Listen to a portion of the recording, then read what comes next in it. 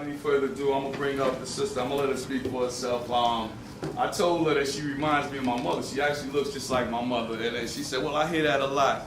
But I sincerely mean it. You got her same vibe. You coming through here. I mean, we are so honored to have you. This is the best birthday present I could have ever received. I kid you now. I feel like a little kid now. I'm so happy.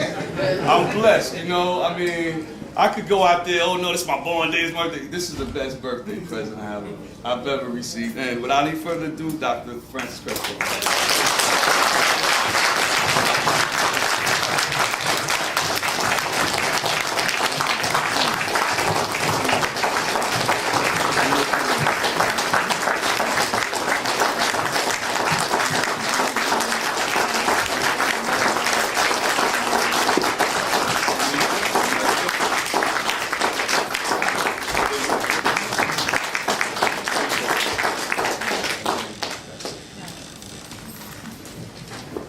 Good afternoon, everyone.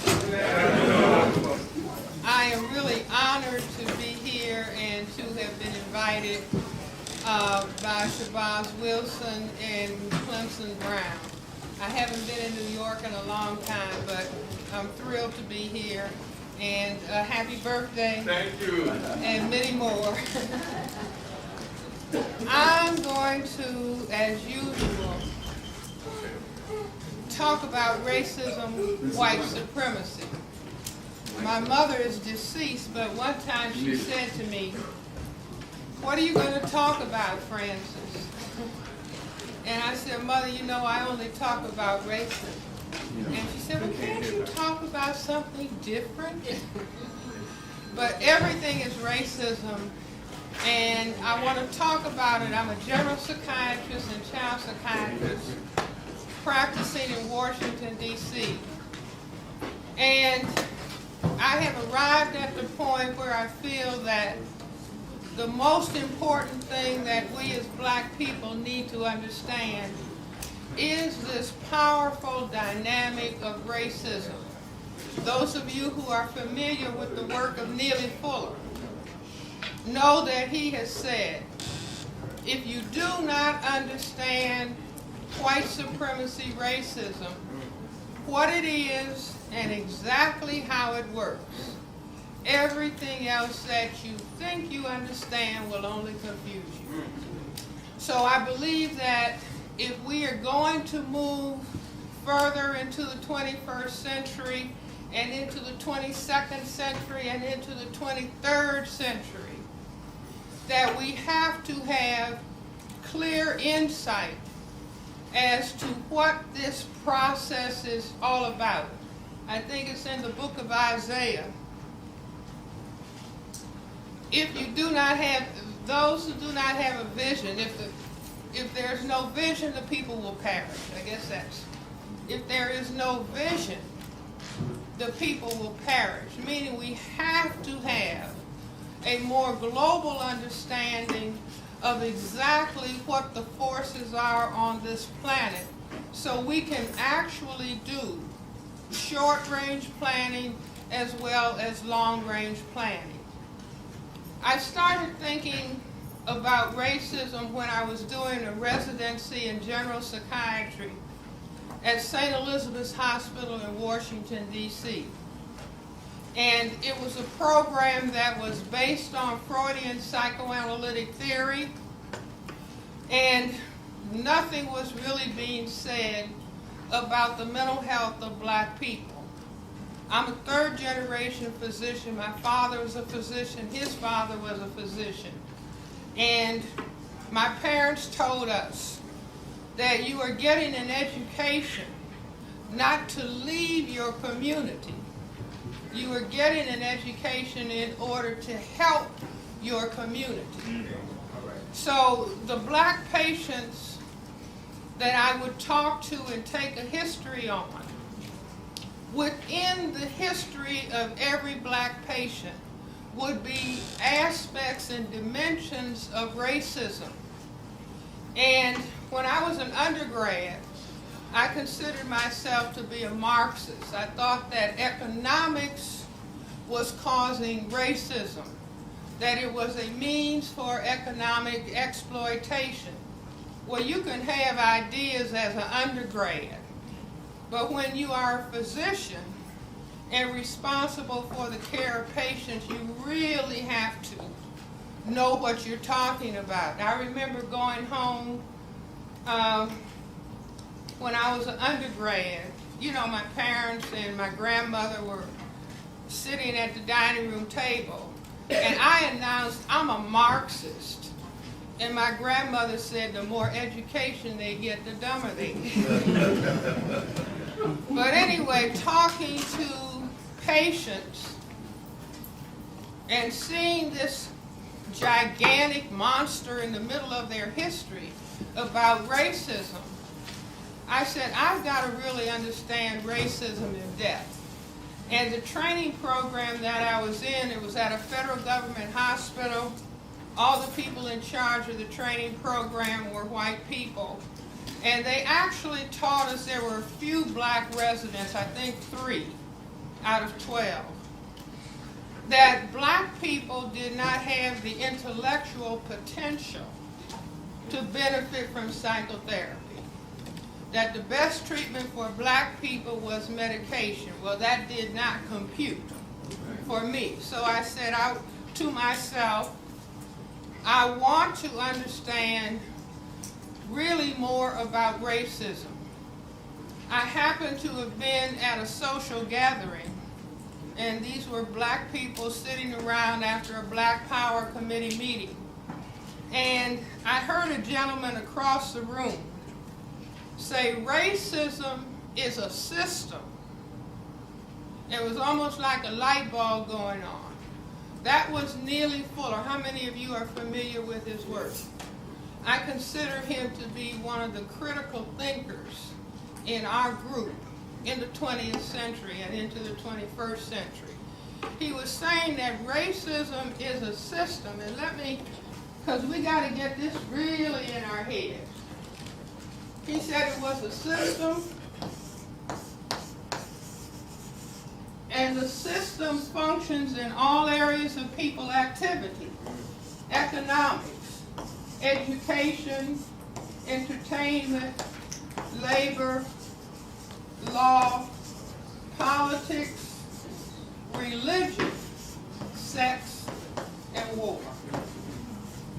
And that the purpose of this system is to maintain the power equation of white over non-white, white power over non-white powerlessness. And so I thought this was a very profound concept. Those of you who are familiar with the work of Dr. Du Bois. Dr. Du Bois in 1903 said that the problem of the 20th century is the question of the color line. This is the problem of the color line. So I said to myself, why would a system for the purpose of maintaining white power over non-white powerlessness, why would such a system evolve on this particular planet, planet Earth? And then I thought about some of the things that are said within the system. One of the critical things is that we are taught that white is a majority. Is that right? And we are told that non-white is genetic inferior. And then I just thought about the things that, you learn going to school for a long time and going to medical school. I said, wait a minute, white is a tiny minority. Fewer than 1/10 of the people on the planet have white skin. And instead of black people being genetically inferior, the ability to produce this black pigment, melanin, is a genetically dominant trait. And we have an excellent example in our president, Barack Obama. his mother is white, was white, his father was black. And you mix these together, and what do you get? A colored person. See, always a black person. So I said that, okay, on this planet, planet Earth, in the 15th century, we had Columbus, 1492, coming out of Europe and realizing that the earth was round and not flat. And everywhere these white people landed, they found colored people, right? And if those men were sexually frustrated and the people were over time, and the women had sex, or I should say the men had sex, imposed sex, however you want to look at it. If they waited around 9 months, they found that all of the children looked like the mothers. And so they realized, wait a minute, we are a tiny minority in Europe and no other place where there are white people. So they said, wait a minute, what if these men got in boats and started going from south to north? We could genetically disappear. Now this may not make sense to black people, because under white supremacy, black people try to get rid of their color, don't we? White people don't want to disappear. And I have asked audiences of white people, do you want your children to be colored?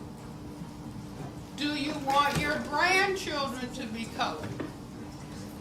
Do you want your great-grandchildren to be colored? Do you want your great-great-great-great-great-grandchildren to be colored?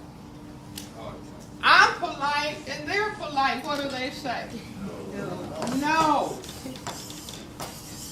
Meaning they don't want to disappear. So I said, if you mean this, then you have to do certain specific things in all of these areas of activity so that white does not disappear on planet Earth. Now, unbeknownst to us, this is the critical underlying motivation for all of the behavior of people who classify themselves as white on this planet. I don't know how many of you are familiar with the name Tom Metzger. He is one of the arch white supremacists or white separatists. Some years ago, I was on a television program in Los Angeles when President Reagan's son had a television talk show. And so this particular show was a panel of people, might have been 10 people, talking about race and racism. I just happened to be sitting next to Mr. Metzger. And so during a commercial break, I kind of touched him on his arm. I'm sitting right next to him. And he didn't say, "Don't touch me, nigger." I said, "Mr. Metzger, tell me something. What percentage of people who classify themselves as white are fearful of white genetic annihilation?" And he answered very politely. He said, "Dr. Welsing, nearly all of them. But they are ashamed or afraid to admit it."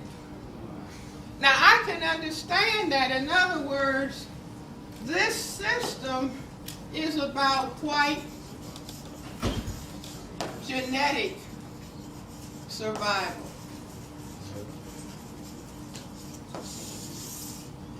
if some people have organized a system for their genetic survival, what's the chance that they're going to give that system up? None. See, they worked hard.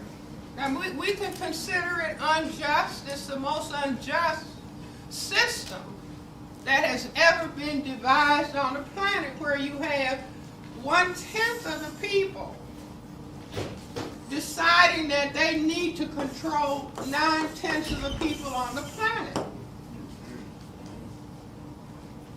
But all along, I maintain we have not understood this.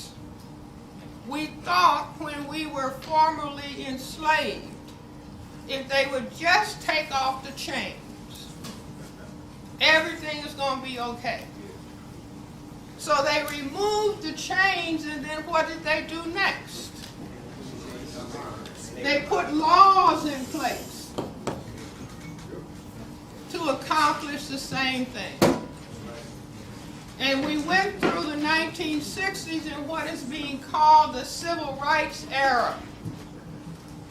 And the black people, with all of their dignity and their pride and their courage, going up against horses and hoses and dogs to get the vote, to get that change, coming out of that movement, saying black pride, black is beautiful, black power, black self-respect.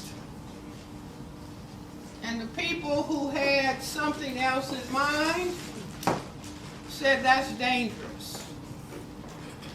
If people are talking about self-respect and dignity, and I encourage everybody to look at the films Eye on the Prize and look at those black people, men and women and children, going up against a horrific force.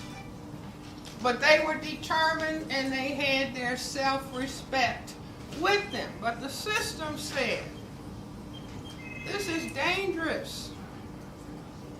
If we let these people go forward, talking about black pride, black dignity, black is beautiful, we will be in trouble. So we have to have something for them. And I maintain that's when they decided, well, we have to feed them images of Superfly, prostitutes, pimps selling drugs, men kicking women, all kind of language. Following that up into the present, with having black people call themselves niggers and dogs and gangsters and thugs and bitches and hoes. That's right. Now once that's in the brain computer, you can do anything. See, that's the complete annihilation of self-respect. Now, we didn't understand it. We thought, oh, this is just entertainment. Right. Like the movie Monster Ball. Or the movie Precious. Do you see? Or the movie for colored girls.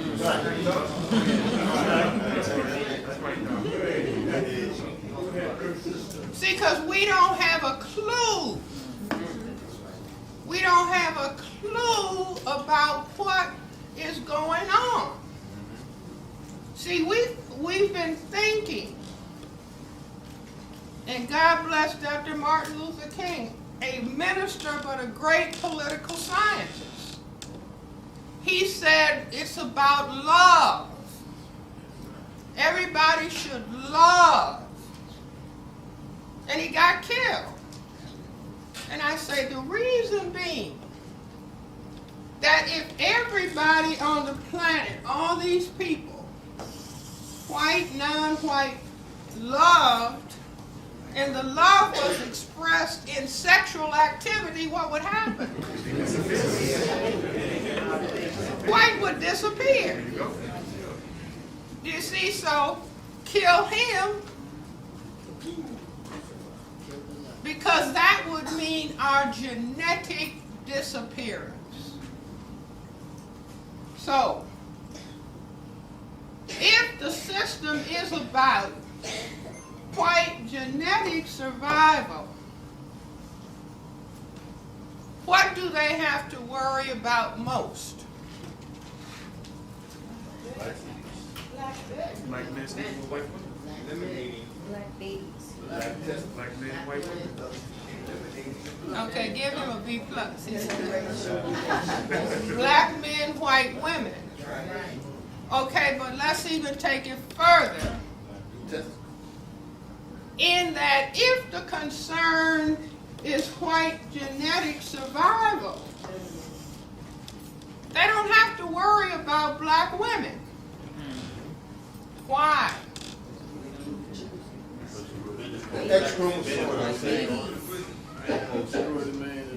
See, the test is going to be next week. The reason being is that men, males, whether they're white, black, brown, red, or yellow, can impose sexual intercourse. If I would, try to impose sexual intercourse on any of the gentlemen here, and they say, I'm sitting next to my wife, and I went to my purse and I got my Uzi.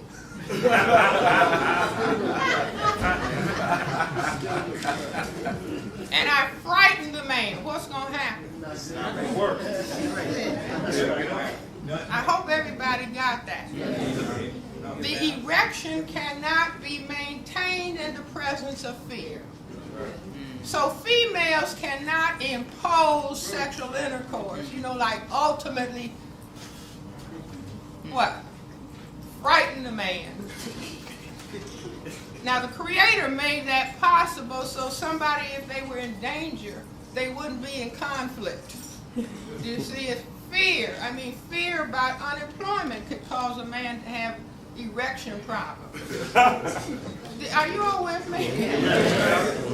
So there's a reason that if the concern is genetic survival, and see, we are decoding this material because we have thought somehow there's some white people who are going to work with us. Sometimes we thought it was Republicans, sometimes we thought, with Lincoln, and sometimes Democrats. But even President Obama is finding out. It could be Republicans or Democrats. But if it's a black man that they're being asked to support, they start jumping ship. Because the test for white people, see, in other words, they work 24/7. They don't sleep. They got 3 shifts going. See, we work 1 shift and then go to bed and then party. They work 24/7 about maintaining the conditions for their survival. You see, because it is very serious to them.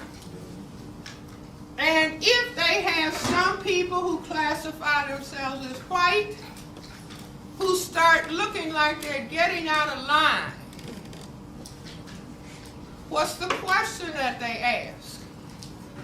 Are you a nigger lover? Do you see, are you with us or are you with them?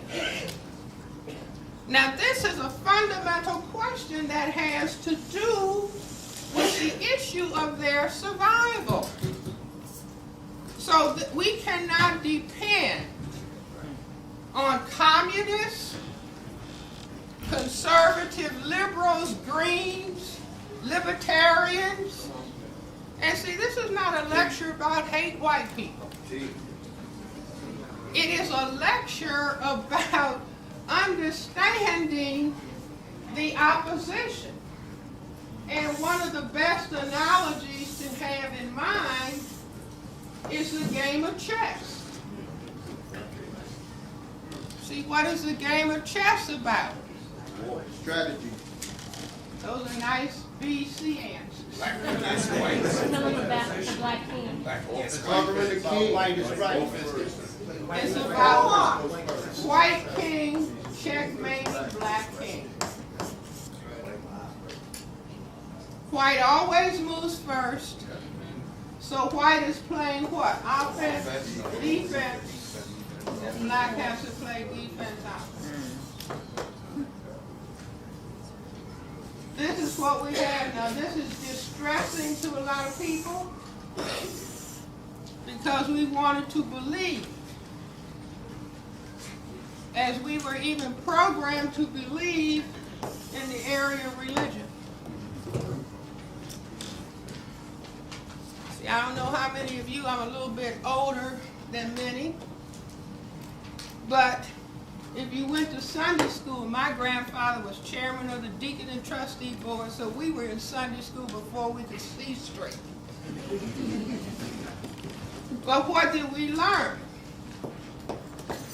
That God is white. And anybody think they didn't learn that God was white?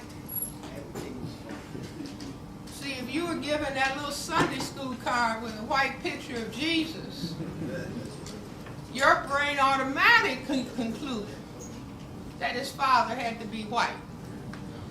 His father could not have been black. Now, if he was a historic figure, he was black.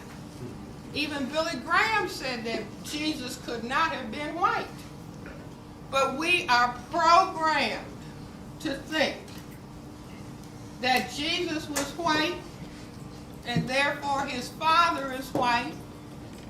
And we were taught to sing, Jesus, translate white man, loves the little children. All the little children of the world, red, yellow, black, and white. All are precious in his sight. How many know that song? Boy, no more church going in these days.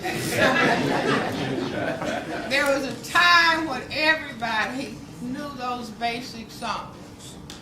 You see, but being taught that God is white, and they got a musical, came out some time ago, Arms Too Short to Box with God.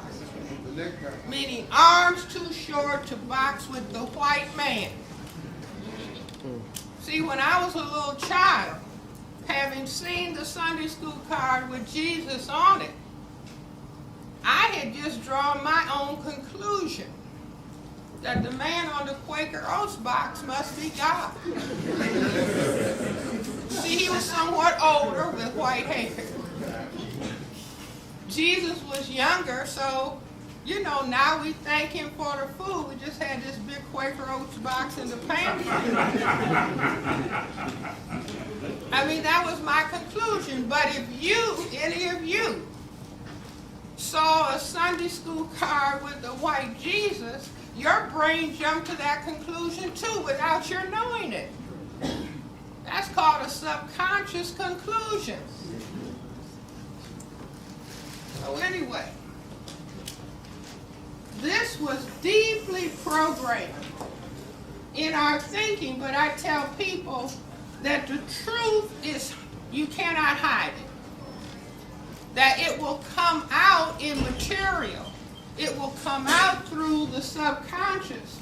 Because if we break the name Jesus down in Ebonics, it spells just us.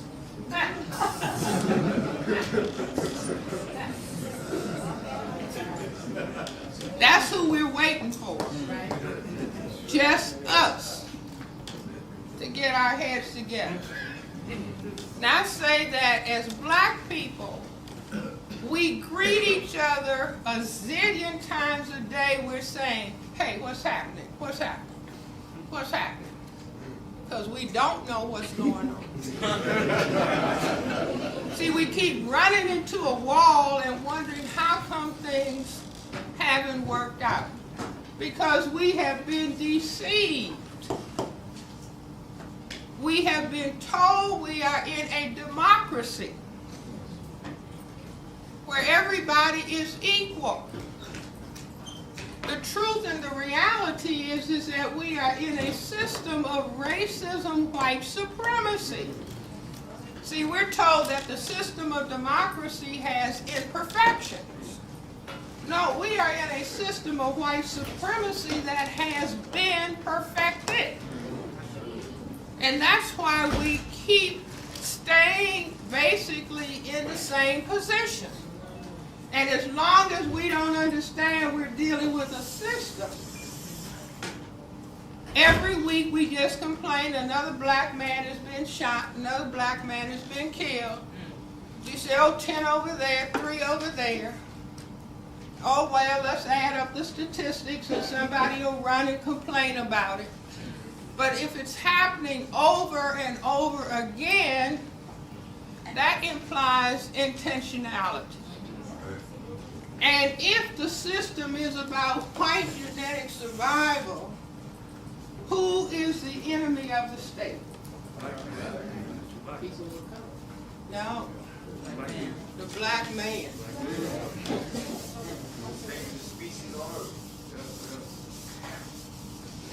See, in a war, if you can take care of the business as defined, the problem is white genetic survival. So what do you have to knock out in order to not worry about white genetic survival? Exactly. The attack has to center on the black man. Now, years ago, in the 1970s, I was teaching at Howard University College of Medicine, and I would have Neely Fuller lecture every Monday night from 8 until 1 o'clock in the morning. And it would be students and people from the community. And Mr. Fuller used to talk about the system of racism, white supremacy, is going to have black men wearing dresses. And now this is 1970, about 72, 73, and that sounded so far out. Nobody, you know, what's he talking about? What has recently happened at Morehouse College? The president of Morehouse College had to announce and lay down the law that the black male students, those who were so inclined, could not wear high-heel shoes, could not wear dresses and carry pocketbooks. Now this is 2010. That if the system, see, in other words, we have to keep system about white genetic survival. This is what the system is about. And the system is working 24/7. If I turn the black male into a female, can I relax about the fear of white genetic survival?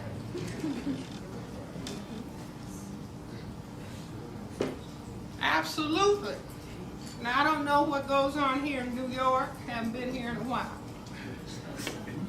In D.C., we have a lot of men with their pants hanging down.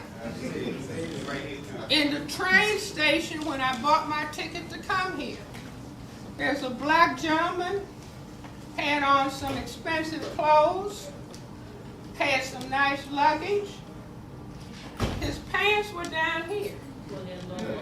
So he would pull the luggage like this after he got his ticket, and then he'd have to stop.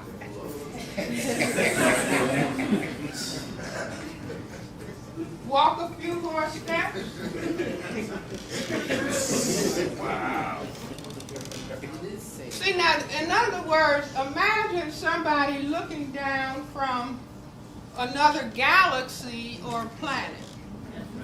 You see, in other words, psychiatrists' behavior, all behavior has significance. You just have to understand the context and the power that is controlling it. Do you see what I'm saying? So, to understand what is happening, because what are we told? 70% of the households are without fathers. Read a book recently where a young black man is talking about having gotten into some difficulty doing a carjacking, carrying a gun at 16. And he said in the book, I had to go to prison to find my fathers. He said, fathers. He said, in prison was the first time he had an opportunity. Now, he didn't consciously put himself in that situation, but looking for fathers. I had a black male child say to me, you know, somebody brings a child to the psychiatrist because he's not studying or something. I had one child say to me who was about 10 or 11 years old, Dr. Welsing, I think I could do my homework if I just had an official father. Now that makes the psychiatrist want to fall under the desk and start crying. I had another child say, if I had a father, he could at least have taught me what goes on under the hood of a car. I had another child. All these children are brought into the psychiatrist because somebody says, teacher, principal, they're smart, but they won't do their homework. Or they won't study. This child came and I said, sweetheart, don't you want to work hard in school? This was years ago. So you can help black people. And this little boy said, no. He wasn't being smart alecky, he wasn't being rude. And I said, you know, the psychiatrist wants to hear the child say yes. He said, no. And I said, why not? He said, if you try to help black people, you're going to be killed. Now this is a little black child around 11 years old. Said Malcolm X, George Jackson. I said IQ 265.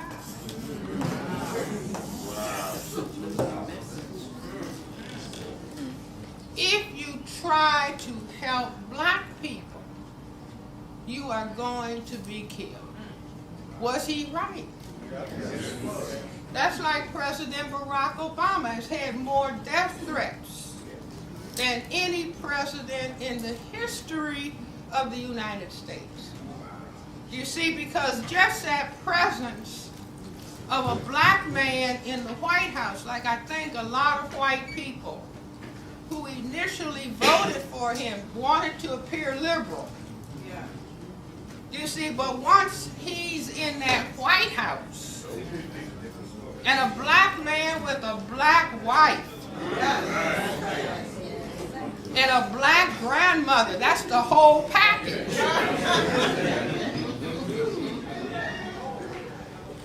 They begin to understand, oh my God, if he's in power, and not only that, the reception that he receives all over the non-white world. Do you see? So they started shaking because people who classify themselves as white are not consciously carrying around in their mind fear of white genetic annihilation. They repress that. Do you see? But how do we know? Based on other behaviors that they engage in, and just like Tom Metzger said, the majority of white people are fearful of their genetic annihilation. Sometimes white people will say to me, Dr. Welsing, what can I do to help? And I say, tell black people what white people talk about when there's no black people around. They all go silent. Because what are they talking about? They're either talking directly or in code about white genetic survival. I had a white college professor say to me after I had been invited to speak at a prison, white university giving educational programs in a prison, 100% of the prisoners black males. So I went and talked about the same thing I'm talking about here, about racism. So this white professor said to me, because she drove me out there, drove me back home. She said, see, sometimes when you push truth, and I'm not being rude and disrespectful, people feel compelled to come out with their truth. So she said, Dr. Welsing, you know, I hate to admit it, but on all social occasions, not some, not a few, on all social occasions when it's white people together and there's no black people around, she said, we are talking negatively about black people. And the assumption is that everybody present is in agreement. So I told her that I understood that. See, they're simply talking code.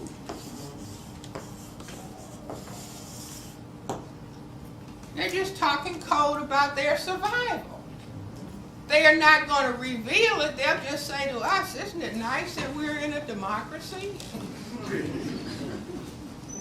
You see, but they are talking code about their survival. And at the same time that a black man is in the White House, there are millions of people locked up in prison. Millions, thousands of black men locked up in prison. You can say the incarceration of black genetic material.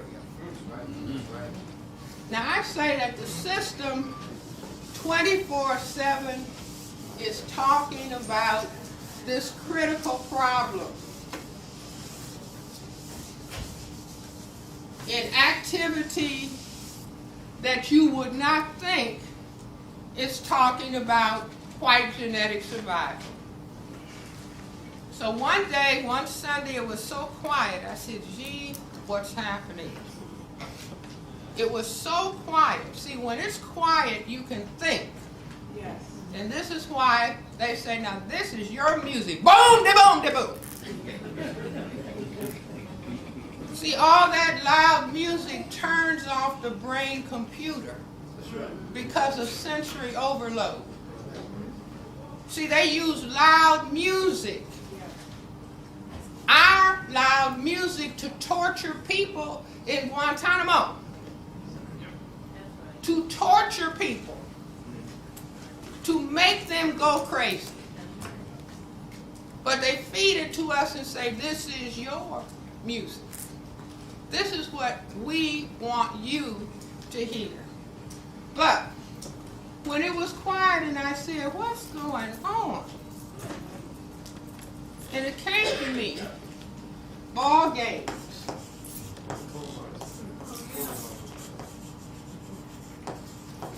And I said to myself, for ball games to have a whole city be quiet, the ball games must have a significance, an important significance that we're not generally focusing on. So it just pops. See, once you understand the context, meaning system of white supremacy for white genetic survival, this is the context in which everything, language, speech, activity takes place. So it just occurred to me, came into my computer, There are two series of ball games in the system of racism, white supremacy. If you read the ISIS papers, don't answer. What are the two series of ball games? See, you're looking at it all the time. But if you don't see the context, you won't see it. But you're looking at it. What are the two series of ball games? If you read the book, you're going to be expelled if you answer.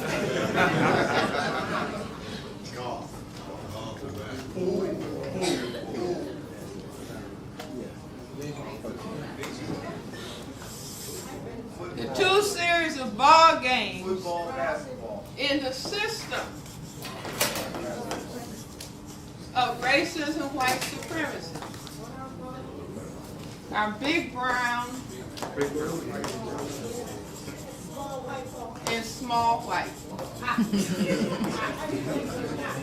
No, you read the book. No, that's right. See, that'd be better for me. I didn't figure that out myself. Big brown and small white. Why so? Because once we're talking about genetic survival, then this is what automatically comes in the brain-computer subconscious. And this is not a man with glasses. Do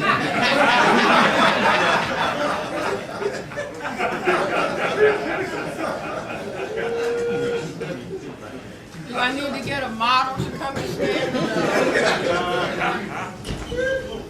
See, why does this come into mind? Because this is a diagram of male genitalia. This is the phallus or the penis. These are the testicles. The testicles contain the genetic material. What are the testicles called, colloquially? Balls. Is that right, Claire? See, I don't make up stuff. I just observe. Balls. So out of the same brain computer that set up a system of white supremacy comes to, see, this doesn't come out of our brain computer. It didn't have to. So the big brown balls mean the genetically dominant balls. And they are brown. And what are they? Football.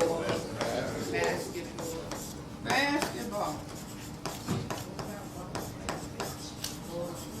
Bowling ball. Earth ball. Small white marbles.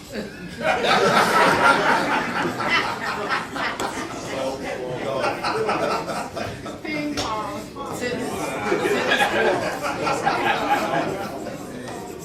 Baseball. Tennis.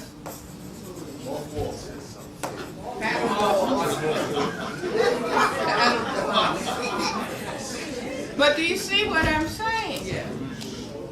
Now, to me, this is just fantastic. This is coming out of a system that is worried about white genetic survival, and by their thinking of the white ball as small and producing small white balls means they, at a subconscious level, are aware of their genetic vulnerability. Are you following me? Yes. See, and this is being played out. These ball games are going on all the time, 24/7. So it doesn't matter whether you are picking it up consciously or subconsciously. It is still getting the message across. So beyond that, in the game of, well, first of all, what do white females say about their ideal mate? Not tall, blonde, right? Tall, dark, and handsome. And so In the football, this big brown ball goes into some white upright legs at the end of the field. Are you all with me? The basketball goes into a white net. Are you all with me? Is this an adult class? And it's white girls in short dresses dancing on the side. And a black girl can hardly get on the squad. Is that correct? Now, a white man said to me, Dr. Welsing, do you know what white men say? I said, no, I don't. He said, white men say they're not men. Until when? Until they have had sexual intercourse with a black woman. See, there's a lot of young people in here. See, this is the underpinnings in the culture. This is what the culture is really thinking about all the time. The people who are thinking. So the most powerful men play what ball game?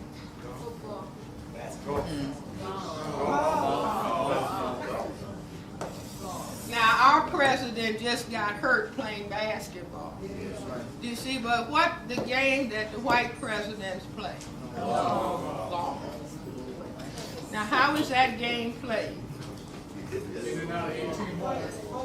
I'm going to demonstrate.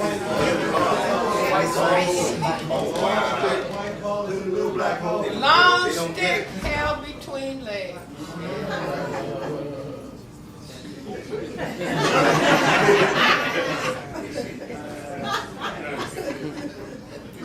Trying to get the little white ball in a hole in black Mother Earth.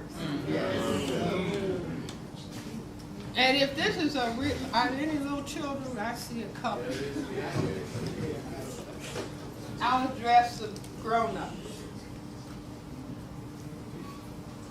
The golf course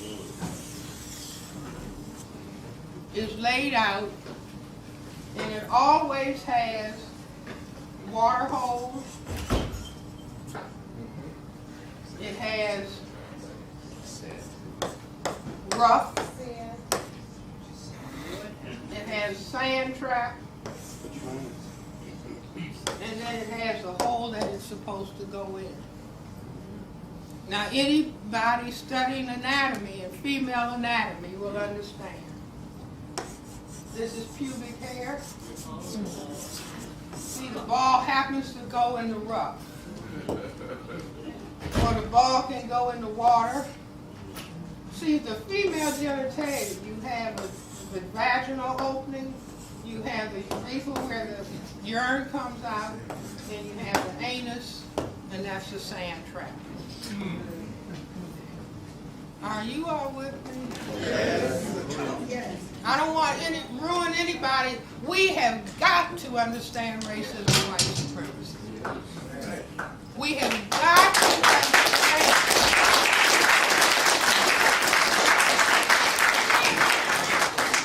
that while we're playing, they're staying on the case 24/7. And that's how a minority can control a majority on the planet. See, by words, by symbols. What about the game of, excuse me. What? What about the game of billiards or pool? Green field, long stick, triangle, whole lot of colored balls. See, the triangle is the female vaginal orifice. Take the triangle off, and what's the game about? The white, long stick white ball knocks all the colored balls under the table. And what ball is left on top of the table? The white ball. The black ball is the last ball to go in. See, we're doing too much partying and eating and not observing. The black ball is the last to be knocked in. And the expression is what? President Obama, you don't want to be caught where? Behind the 8 ball. See, if you're behind the 8 ball, that means that the black man is in power. You all following me? Yes.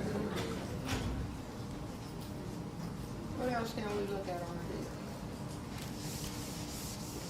Let's look at the password in the black community, at least it used to be. Do people in New York, Brooklyn say motherfucker? Yes. Yes. Still. Still.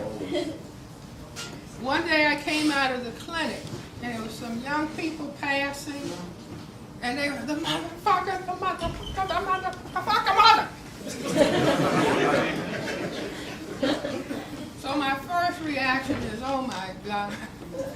The second reaction, if a word or a phrase is used with high frequency, there has to be a reason behind it. So I said to myself, in the system of racism, white supremacy, there are 5 people categories.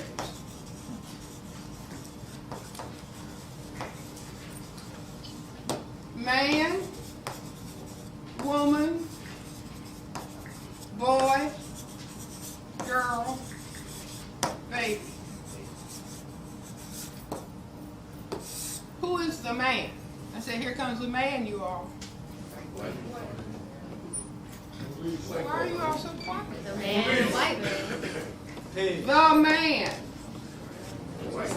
is the white man. Any other male has 4 choices. Black men fought historically, don't call me no boy. Is that right? The white supremacists say, okay, you got 3 choices. Woman, girl, or baby. It used to be that woman and girl were out. Baby was in. How many black ladies have called a black man that they are highly familiar with baby? You all better tell me. See, lying to yourself. How about that? You've read the book. No.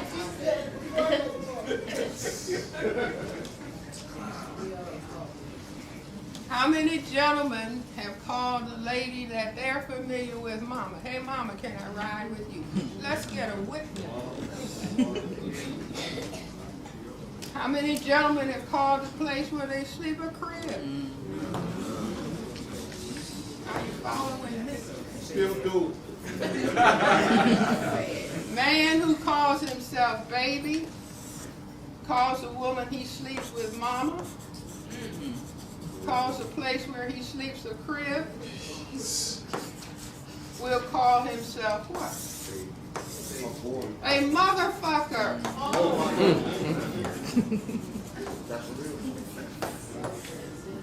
Are you all with me? Now my mother, bless her soul, my mother was a Chicago public school teacher. So this is some time ago. She's deceased now. But she called up, I'm in Washington, she's calling from Chicago. Hi, Mom, hi. My mother said, hi, Francis. She said, I heard that you said that word in public. And I said, Mom, what? What? You know. I said, no, I don't. Mom, what? What? said Maryland farmer. I had never heard that before, but you know, I said, Ma, don't worry. It's a political expression. How so? Man who calls another man the man and calls himself baby. The power of a man compared to the power of a baby. Who's powerless?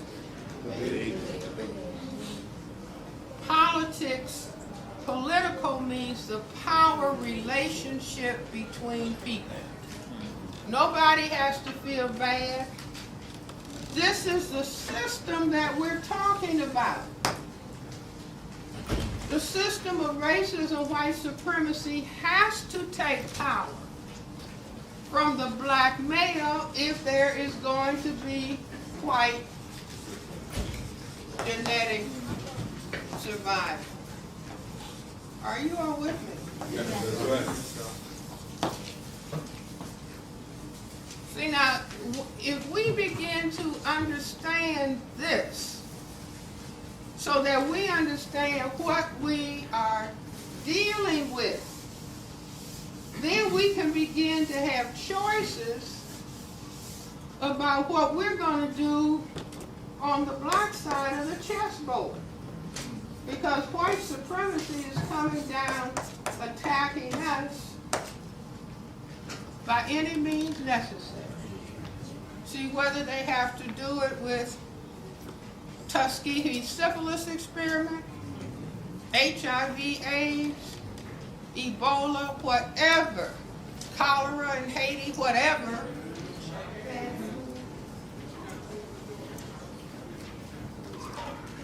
or their survival.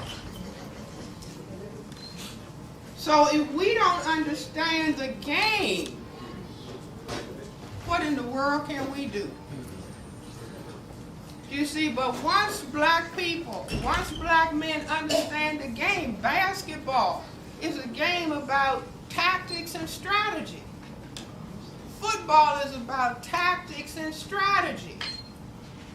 So all the person wants to know is what's the game, how is it played, what are the rules? But we have been deceived, so we haven't understood what the game is all about. So we're floundering all over the place, not understanding and not making points, because we don't understand the system. And I maintain, for those who want to do something about this critical situation, Neely Fuller has said, there are 4 possible ways that a victim of a system can respond. They can submit, they can cooperate, they can resist, or they can engage in destruction of. Now, destruction of, those are the people who are already dead, like Martin Luther King, Malcolm X, the people who they're going to move in spite of the pressure. They don't mind losing their lives. I'm not advocating that. These are all individual choices. Submission means it's too much for me, let it just roll on over me. Cooperation with, just give me a job, 2 figures, 3 figures. Resist, I'm talking about the system, so I'm resisting. If they say, Francis, we'll kill you, I'll probably jump back here.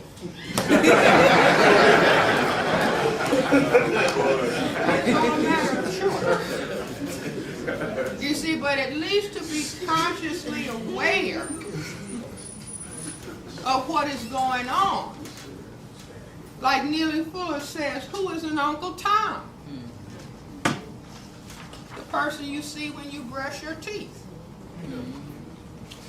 That means, see how quiet? No, that's just cooperating with the system.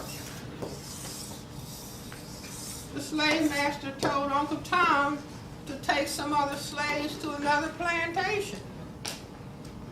He didn't run away. He said, I gave my word, so I go back to the plantation. The slave master did him in, but he was cooperating. See, if you stop at a red light, you're cooperating. If you stop at the cashier in the supermarket, see, you're owed everything free. Every black person is due several $1 trillion for what happened to us. You see, but so you pay at the cashier. You stop at the red light. We're into cooperation with, but people can decide to resist. I say talking about what the system is really all about. Not deceiving ourselves as to what the system is actually about. And the people who keep resisting, even though they're threats to their lives, they're in a special category. This is not show-off category. It's just where the person's will and where their commitment is. And again, this is not about name-calling white people, cursing out white people. See, I was giving a lecture on Thursday. I said, you know, one of the most important things we can do in relationship to people who classify themselves as white is to say, we're afraid of you all. We're afraid of you all. See how quiet it is? That means that truth, but it's not speaking out. Do we have a right to be afraid? Yeah. Sure. Sure. Look at this. I said, this is the problem. Perceived as the problem. When a white police officer, so-called, stops a black man and says, I thought he had a weapon. He does.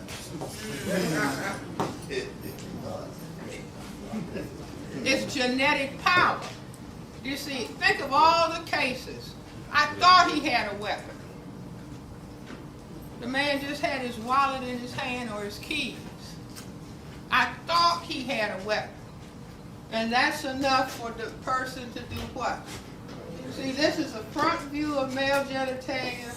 This is a lateral view. If you turn that around 90 degrees, you get this. What does that look like? A gun. And what is the gun called in the system? The great equalizer. Meaning, you have weapon can annihilate me. Must create weapon can do same thing.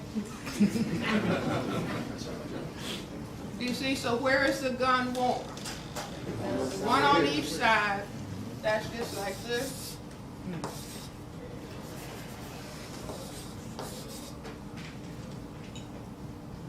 And then it's called justifiable homicide. You see, meaning anytime I see a black male and I get a little bit nervous, if I'm authorized to carry a gun, I'm authorized to kill him. Are you all with me? I see fear. Don't feel bad. This is war. War for white genetic survival by any means necessary. You see, but if we don't face what it is, then people are engaged in a pretense that everything is all right. But everything is not all right. We are in a state of a slide towards genocide. See, you cannot have the men from a community removed and have a people. Are you all with me? See, but white supremacy is so bold. On the front page of the Washington Post a little while ago, they said, black women, you should start, because I know the black men are all gone. So you should start dating white men. On the front page of a newspaper. Do you understand? That's just like slavery.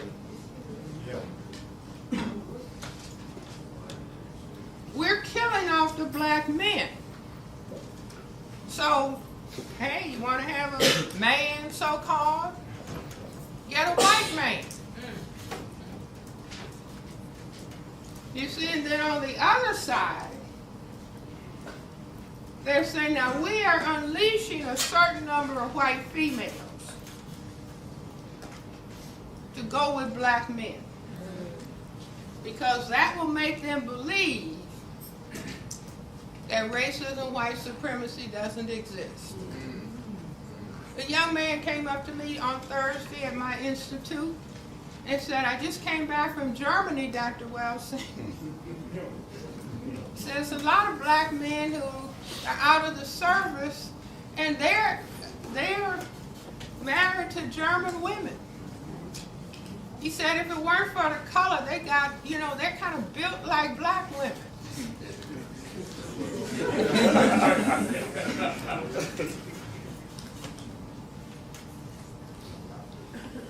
See, that's the Caroline Brigade. So I said, I guess you'll be going back to Germany? See, that the system has figured out in formal slavery, when the white slave master would be rampantly raping African women. But the mother would be black. And she would tell the child, you're black. White females tell their offspring, you're not black. You're mixed. Now, what does that mean she actually is thinking about black? To say to the child, you are not black. But let him try to stop a cab. Let him try to get a job. So he becomes schizophrenic. Because he has been taught by the mother to hate black. I really don't respect your father. You see, but these are all of the kinds of confusions and difficulties that go along with maintaining the system of racism, white supremacy. So every black person has a whole lot of choices. Submit, cooperate, resist, or try to destroy. So this is where we are. So what do we do?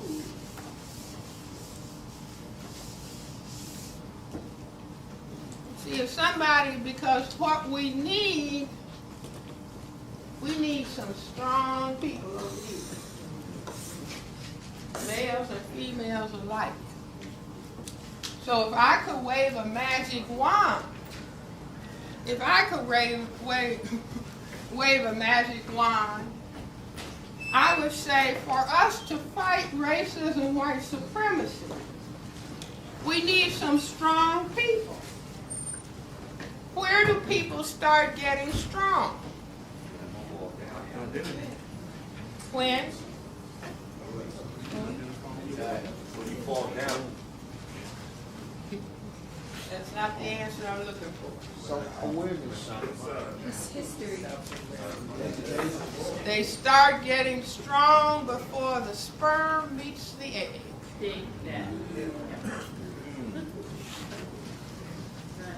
You know, people used to insult people by saying, you're a bird brain. You know, because birds have little tiny brains. But I say the bird knows you build a nest before you lay an egg. Mm. Are you all with me? Yeah. See, nobody has to feel bad. In other words, we have been victimized by a system that does not want us to be strong and functional. The system can't tolerate black people being strong, self-respecting, and functional. And so it creates where we are. But if people are going to be strong, I would say, now don't chase me out, I'll be leaving soon. See, if I could wave a magic wand, because I'm trying to get an army over here of self-respecting black people. So I would say, black people need to be 35 as males, 30 as females before having sex. Oh! And they need to be married. Yes.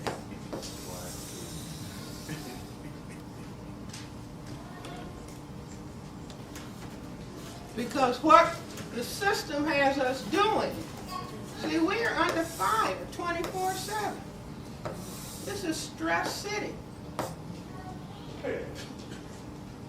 At least for people to be old, because if I'm 14, 15,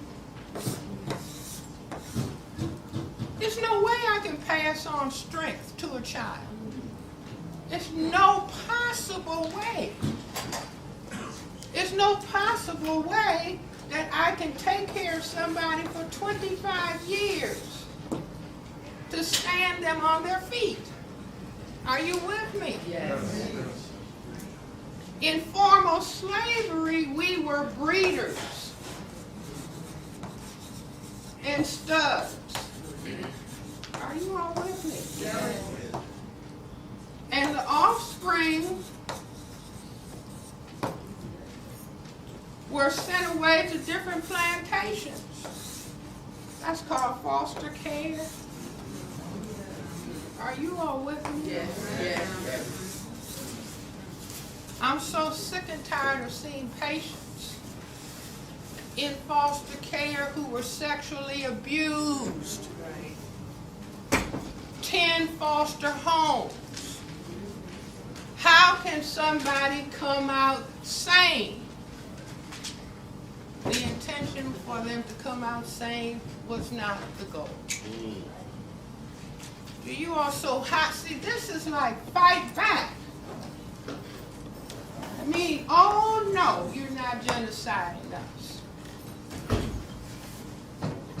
Do you see, but they have, see, once you teach people, call yourself a gangster, call yourself a thug, call yourself a bitch and a hoe, then it doesn't matter what happens to you. What's supposed to happen to a bitch? What's supposed to happen to a hoe? What's supposed to happen to a dog?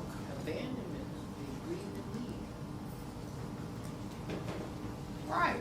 The system says, hey, I'm really wiping you off if I can. And the only response is, no, you're not. No, you're not, for those who can. No, you're not. But see, we don't really have a convincing response to that. So they can, how many people have seen CNN and Soledad O'Brien talking about Jonestown? And they keep putting it on, and putting it on, and putting it on. 1,000 black people were killed. I say they had to be gassed, following a white Jesus called Jim Jones. I say they had to be gassed because dogs don't drink Kool-Aid. and they had dogs dead, laying with their feet up in the air. You see, and if you had drunk cyanide, you would be convulsing but not laying straight.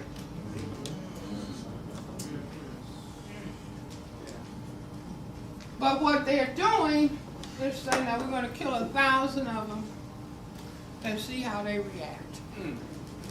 Let's see, we'll kill 40 and call it the Atlanta child murder.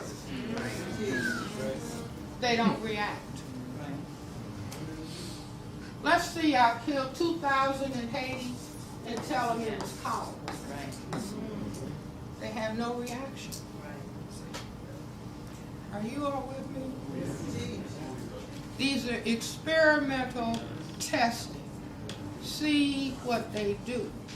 Have we succeeded in having them repeat gangster and thug and bitch and hoe and nigger?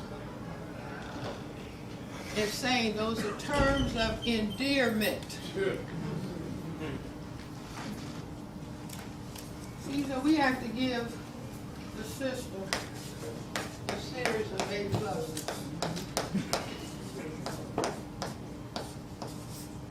Mission accomplished. Mission tournament won. You see, so we have to think.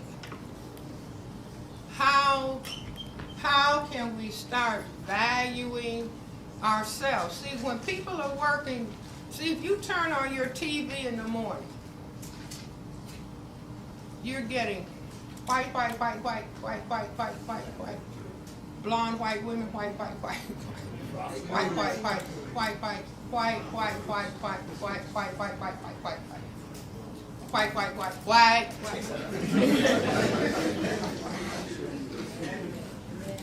See, and then Anderson Cooper can come on CNN and have the little children, a little 3-year-old white child.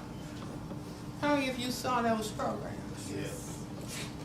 It's too bad the audience didn't see it, because they gave little white children a strip with colored faces on it. You know, like white face, little tan face, all the way to a black face. 3-year-old white child. Which child is stupid? Without hesitation, the black child. Which child is ugly? Which child is bad? Without a moment's hesitation. And then they did the same thing with some black children. Beautiful little children. Which child is ugly? Black. Which child is dumb and stupid? Black. See, in both parents, the white parent and, oh, we don't know how. Those are just primary lessons in the system of racism, white supremacy. And all you have to do is put a child in front of the television and they learn the lesson. Not to mention conversation that might go on in the household about, isn't that girl pretty? Now, was she crystal black? No. See, it's the vibe fell. My back is turned, but the vibe fell. See, we have to get in touch with the truth. See, little black babies, the day they're born, the family goes to the hospital, they're looking through the glass. The nurse says, this one is yours. No, that must be a mistake. No, that check the bracelet again. What does the system teach? If you're black, get back. If you are brown, stick around. See, I can do this in London. Same. If you are yellow, and if you're white, you're right.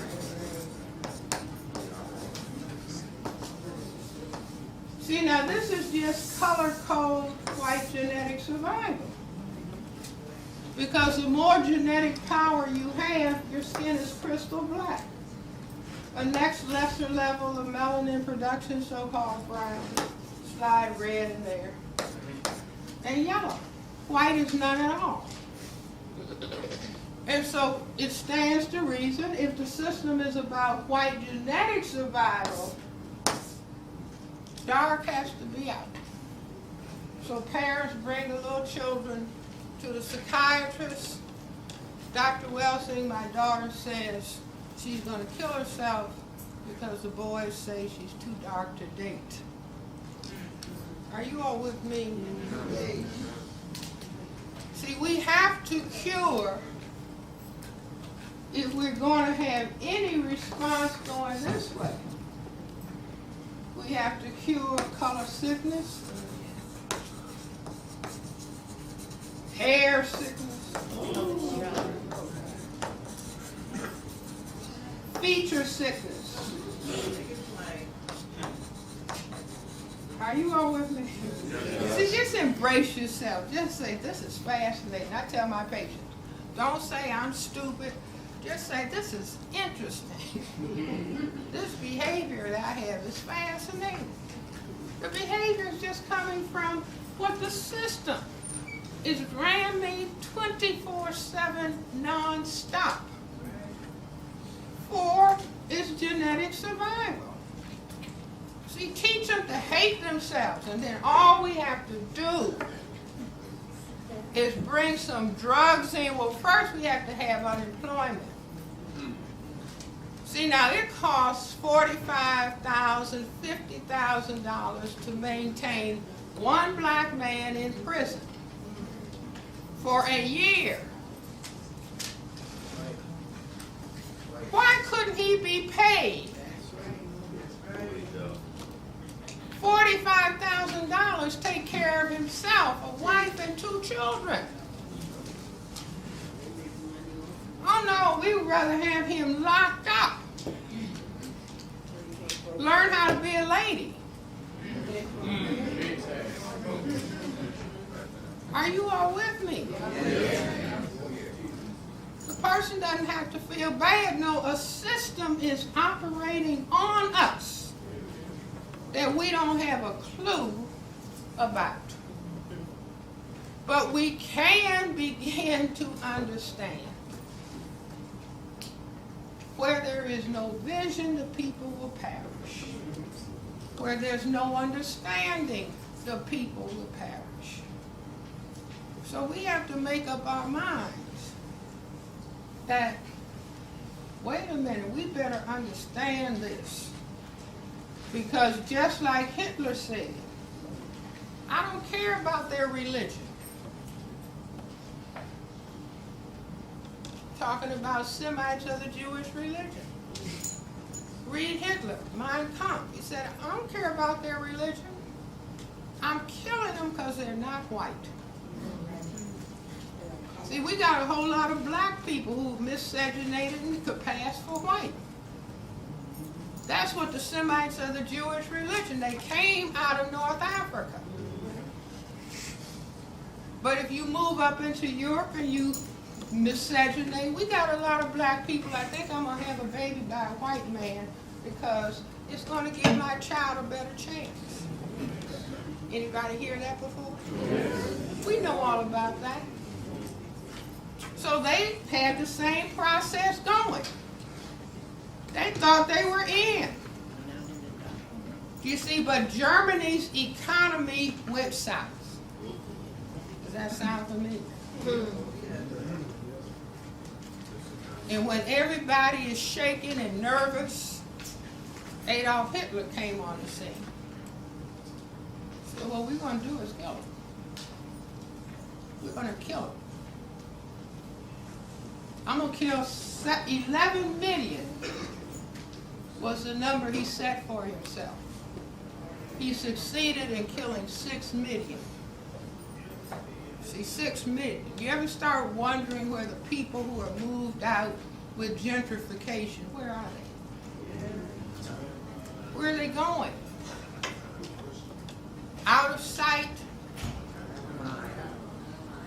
out of mind.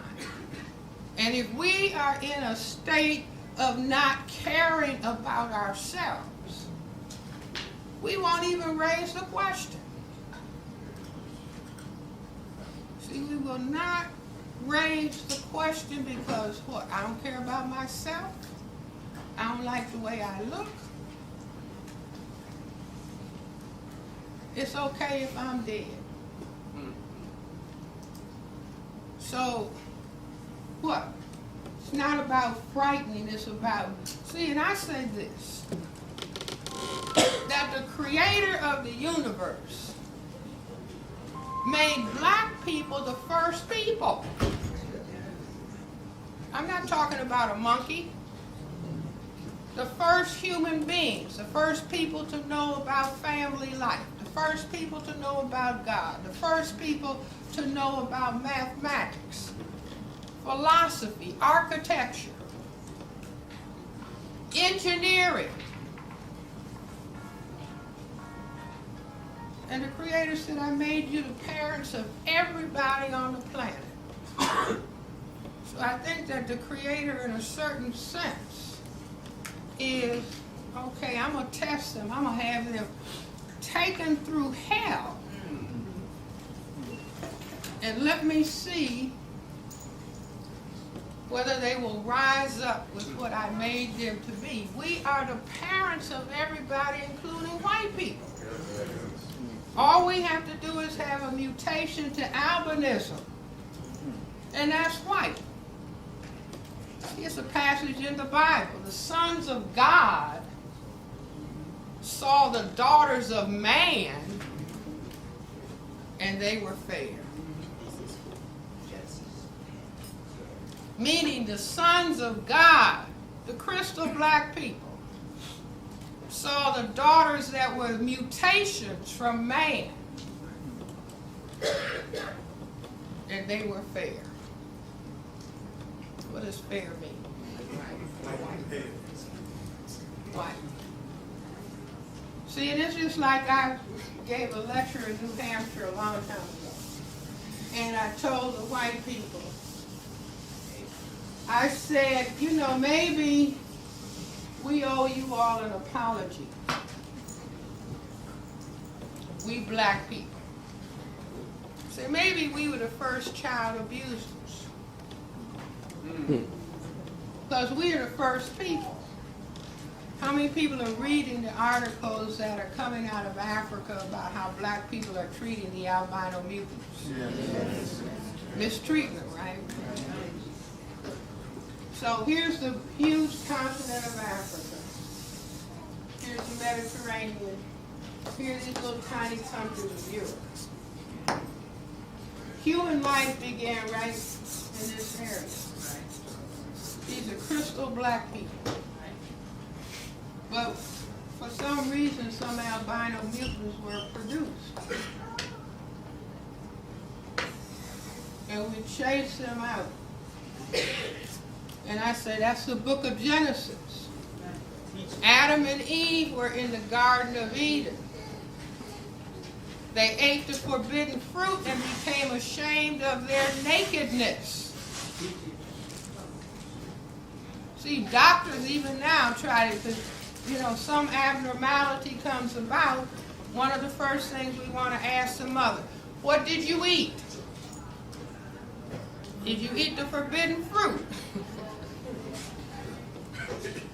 So the albino mutants were pushed out. And directly north of Africa is what? Europe. So they were pushed down up here. And thousands of years they collected, formed a big group. And then what did they do? They came back home and got the mothers and fathers who rejected them and took them west to America and said, now you're going to take care of the white baby. Put that little black baby in a box out in the field, and you're going to nurse this white baby, and you're going to take care of us without charge. And then Western culture history said that Western civilization began where? Come on, class, you don't want to repeat the Greece. Rome. And the founders of Rome, Romulus and Remus. And what were they doing? So Romulus and Remus had to suckle on a wolf. That means they are foster children. Are you all with me? And then what do Romulus and Remus start a culture that says what? The dog. See, the wolf is a canine. The dog is a canine. And the culture says the dog is man's best friend. The dog is treated better than the black people. Are you all with me? See, and if anybody has any experience, a psychiatrist sees this all the time. Let's say a child is given up by the parent. And so, you know, the fantasy is that one day the mother and child will get back together and they will embrace and live happily ever after. But that's not what happens. There may be an initial embrace. And then what is the child's response going to be? You gave me up. You so and so and so and so and so. Are you all with me? And anger and hurt and mistreatment follow. So I say, you know, maybe this is the whole story. And so what do? We apologize to the white people. And say, but now, since you set up this system of injustice, we're going to stop it. See, this is not going to continue. Because this is not the way that we can have peace on this planet. And we are the parent people of the planet, and we are going to take our parental responsibility. Because I can see the Creator sitting up, he, she, combination of both maybe, saying, hey, I made you all the first people on the planet. I gave you everything. Nobody is more than you. So don't call on me. See, I don't want to hear it. I want to see whether you are in touch. I hear that black people are the most religious people. Are we in touch? See, are we in touch? You know, even the white people say, what? The most powerful thing in the universe is what? A black hole. Yeah. And now they discovered the thing that holds it all together is dark matter.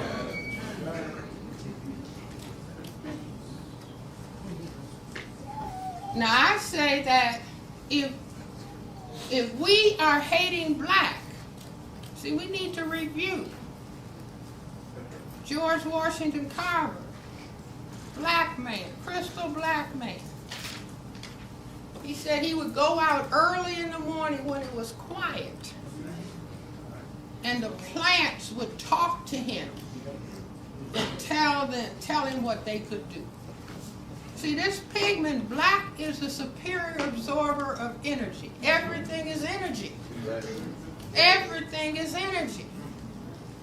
What if these cells that we wish we could get rid of, oh God, give me some more bleach. And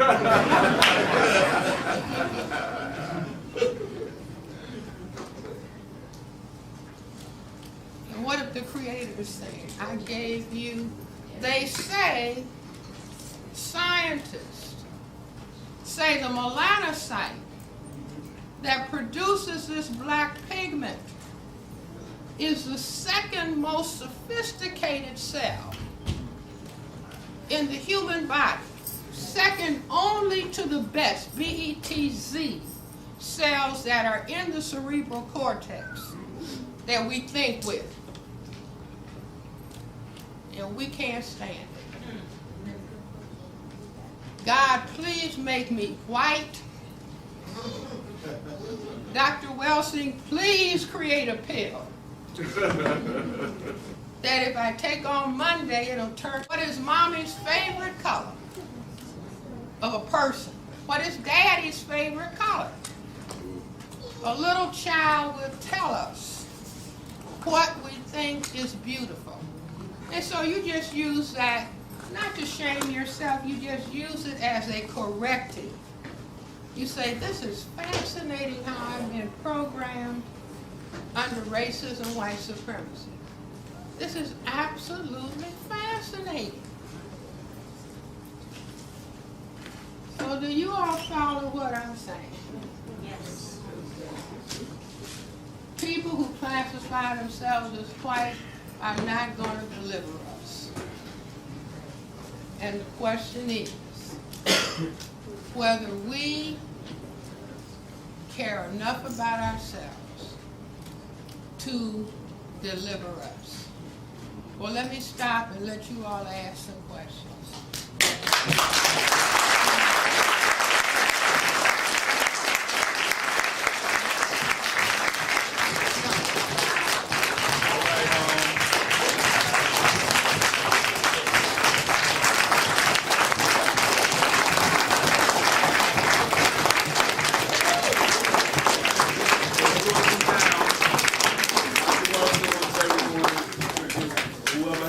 I want to make it as orderly as possible. If anything, if you're close to this side, make a line here at the second row, and over here, and make a line from the second row. Whoever has questions that they would like the doctor to answer. And we're going to do one side each. All right. Starting on this side. Come up and real loud. Come up real loud. Real loud. All right, everybody, we gotta get some order here so she can get the.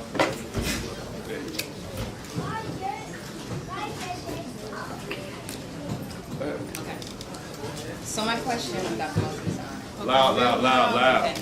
So my question for Dr. Welsing is, what do you feel about, do you believe that black women are being used strategically as a tool, like with The Color Girls, not just the movie, but also the play, The Color Purple, Waiting to Exhale, a lot of black women in literature in particular who are respected by black people, do you believe that we're being used as a tool to criminalize and to demonize and to destroy black men? Well, see, as long as we do not understand the system, we will be tools of the system, whether we're male or whether we're female. You see, in other words, black women don't have anything to do with white people making strategic decisions. We don't have to worry about the women. Do you see? In other words, if we control the men and destroy the men, the women will also perish in the process. Do you see? So it looks on the surface, and then it's like if we don't understand racism and white supremacy, where the system will say, give that woman a job and pay her more than you pay him. First of all, that's going to create tension in the household. You see, now a lot of times a man will say, it doesn't matter to me if she makes more money. But his manhood in this system is attacked. You see, so dissension will begin to go forward. And he might even subconsciously, she makes more, I don't really feel like a man. How can I feel like a man? I gotta have another woman, 2 women, 3 or 4 children to give me proof that I am a man. So then we end up with total chaos. in terms of what's happening to all of us. You see, so it's white supremacy that is making the decisions, and we are victims of it. You see, but they will use that. In other words, whether it's Precious, Tyler Perry, or any of for colored girls, all of these images just go out and look at these people. See, a reporter called me from Scandinavia, and somebody gave her my name. And she said, Dr. Welsing, do black people realize these images in these movies are going all over the world and influencing how people think about black people? And see, Hitler understood, I'm getting ready to kill the Jews. So I'm going to use the magazines, the newspapers, and the movies to make negative images of them, build up that image in the mind of the people, the German people. So when I'm killing them, everybody will be thinking good riddance of rubbish. Do you see people looking at the images of us? Do you see whether it's music videos, all that trashy behavior? I'm sorry. We have been reduced to trash. And somebody from the outside looking at it, my God, look at those people. They don't deserve jobs. They don't deserve health care. They don't need education. Do you understand? Yes. Thank you.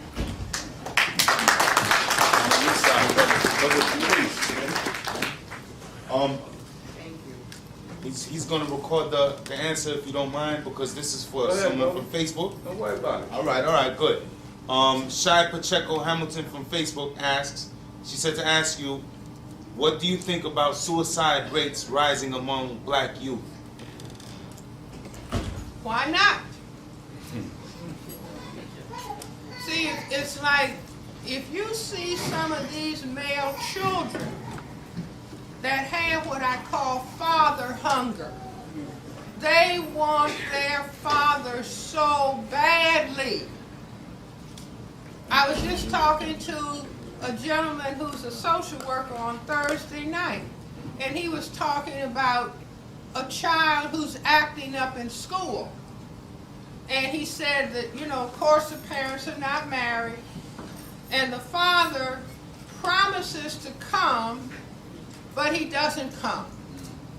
And that hurts the child to his soul. I don't care what the mother is doing. The mother is not a man. You see, now the man is not, in other words, we are victimized as a people, and to the extent, as Neely Fuller said, if you don't understand white supremacy, racism, what it is and exactly how it works, it's attack on black people in general and black men in particular for white genetic survival. Do you see? So it's not about blaming ourselves. It's like trying to find the courage to look at white supremacy. Finding the courage to say to white supremacy, we're afraid of you. We're afraid to focus on you. I mean, that gets a whole lot of mileage. We are afraid. I'm afraid. I gave a lecture in London, and the people have been raising sand about me coming, so I'm standing in front of this audience, and I said, let me say this first of all. I'm afraid of you all. I don't know what you might try to do to me. Oh, no. Oh, don't worry, guys. You understand what I'm saying? But we should say, no, we're afraid of you. What's the history? Should the Native American people be afraid? Yes. Yes, we're afraid. Lynching, castration, beating, justifiable homicide.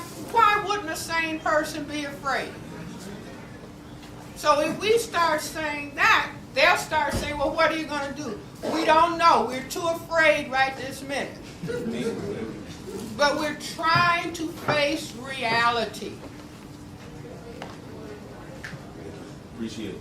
Okay, now say it. Thank you. Okay, yes, Next sir. person. All right, my question is Real loud, my sweetheart. question is, it's a little bit off the topic, but it's based on post-traumatic Real slave loud. syndrome. Loud, It's real based off of post-traumatic slave syndrome and how black women think of men, black males as lazy, they don't want to work, they're not the father they're supposed to be, they're not protective of the black woman, they're not providing for the black woman, they can't sustain a family, they call them out their names, they want to be pimps. It's just because generation not being able to protect and provide because you couldn't, because you had a weapon to your head to watch your mother, your daughter being slaved and raped repeatedly, but you couldn't lash out. That you feel now that you feel more as a man by dominating another black man, but you won't dominate a white man because you couldn't dominate a white man. You couldn't look him in the eyes, but they never gave you therapy to say you're free, but I'm gonna sit you down and tell you why you act the way you act because you wasn't a man before. You was a boy. That was a European word for adolescent, and you never evolved into a man. That's 3/5 of, you know. So the reason why a lot of black men have a problem, they not understanding. My question is, how can you make a black woman understand why the black man acts the way he acts? See, let me just say this again and again and again. The black woman is not the black man's problem. Thank you.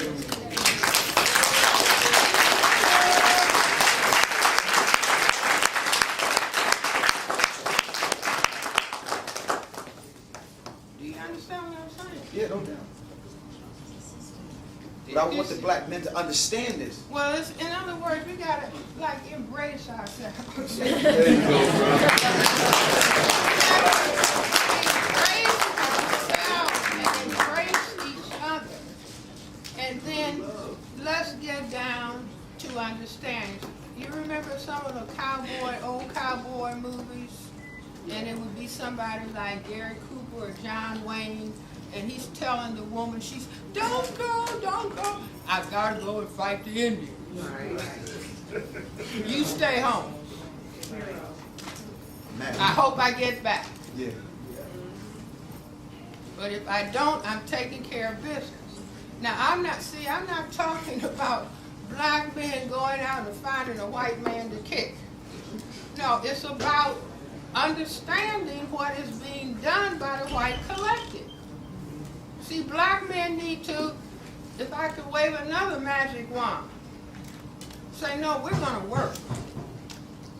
See, we want jobs. We want jobs. See, but you can train people.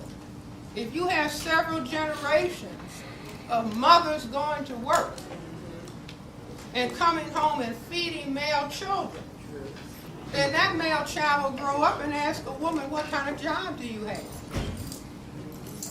See, now, this is just tactics and strategy on this side of the board that we haven't been thinking about.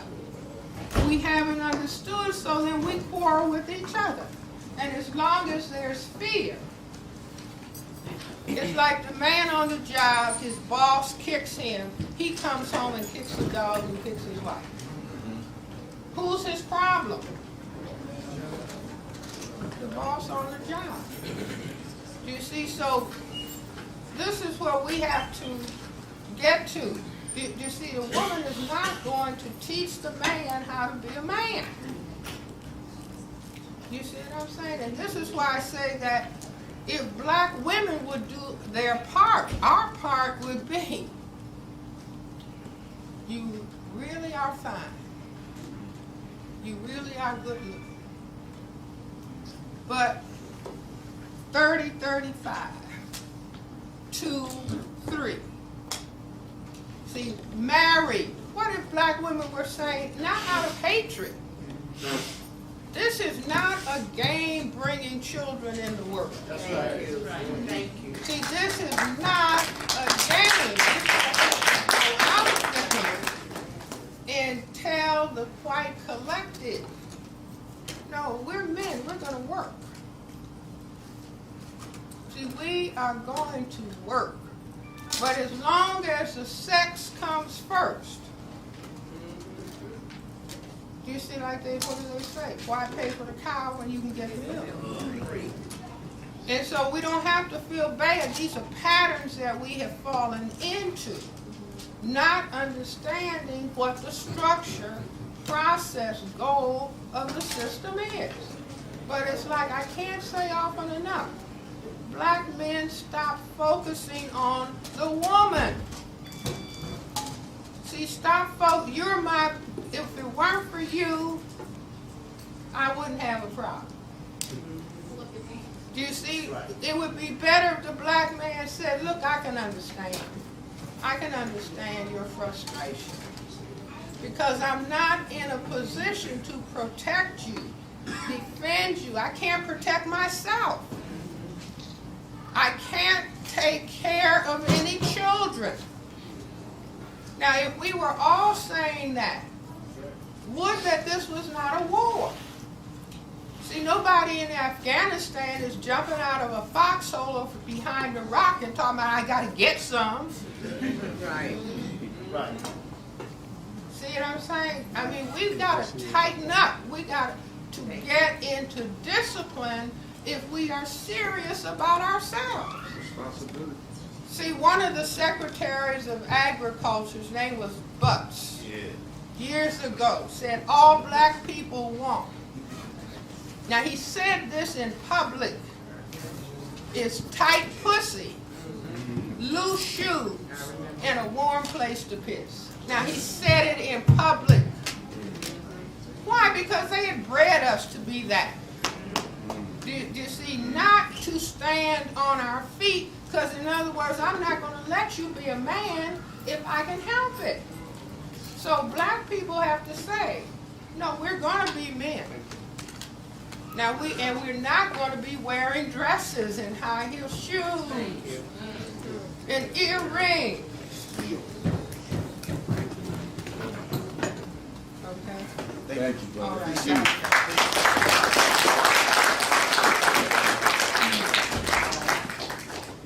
I'm not really a loud speaker or shouter, you know? Real loud, sweetie. Well, I have a two-part question. One at a time. Right. And in your lecture you mentioned that Real loud, sweetie. in the lecture you mentioned that we don't have a clue. So I'm asking, why is it we don't have a clue if it's so obvious? It's not obvious. In other words, see, imagine children in the first grade. Black children, white children in school, and the teacher says, boys and girls, good morning, everyone. We are in a system of racism, white supremacy. And this is how the system works. The system is unfair to black and non-white children, and it treats white children as though they are superior. Now then, everybody starts understanding. You see, but what? There is such a thing as miseducation. Yes, it is. See, it's just like going all over Africa and saying, okay, now here are your guns. Now, I want you to fight these people over here. They're your enemy. And they don't have a clue. So all over Africa, people are fighting and killing each other. You see, just like here. All over, after I teach you to hate yourself. Yes. That's first. I've got to teach you to hate yourself, so when you look at your image, you're saying, I hate, there's another one that looks like me. Yeah, I'll kill him. I'll kill her. See, so we've been miseducated for a purpose. They're 1/10 of the people on the planet. The only way that a minority can overcome a majority is divide and conquer. And this is what they are masters. We could go around saying to the white people, you all are masters. They'll say, what? A master being at a cocktail party with white people. You're supposed to be acting like everybody's equal. Oh no, master. No, I'm not your master. You've got 2 degrees. No, you are the master. You are running a masterful system. We're just beginning to understand. Now, one thing, you will not be invited to another cocktail party. Second part. All right, the second part is what role does these Planned Parenthood clinics in the middle of the black community and even the St. Francis emergency room and the fast food diet, the McDonald's, Burger King, what role do these play in the system of white supremacy? Well, let me just start at this end. That they have chemicals. Perhaps you've heard about bisphenol, the chemicals that are in plastics and in baby bottles that will turn a male into a female. Now, if you had this problem, would you put it in a Big Mac if you could? Yes.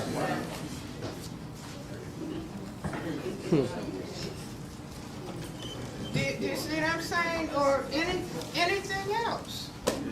It's like we need to focus on the fact we've got an epidemic of a feminization of black males. Even the pediatricians are noticing it but afraid to talk about it. See, we ought to be saying, wait a minute, what is going on here? That's just like HIV/AIDS. See, they could be doing saturation. In the 80s, I was in London, and if you turned on the television, you would see commercial after commercial, get tested, get tested, get tested, get tested. They don't have any mass movement to test people here. They could test everybody in the prison, test them when they come out. No. Why should I? Why would I make a biological weapon if I don't want it deployed? And if I deploy it, I'm not going to pull it back. I've got a purpose. You see, so black people ought to be saying HIV is biological warfare until proven otherwise.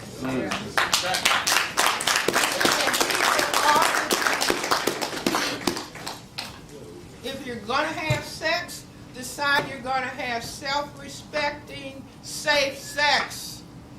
Do you see, or have you been tested? Yes. See, but it's like if my brain has been reduced to I'm a dog and I'm a hoe, and I'm a bitch, why should I be tested? It doesn't feel the same. Or why should I use a condom? Meaning I don't care if I die. Right. I don't deserve to live. Yes. See, like they were saying in Nazi Germany about the Semites of the Jewish religion, life unworthy of life. Life unworthy of life. We have been conditioned to feel that about ourselves and to step into I don't care, which is programming in the system. So I hope that answers.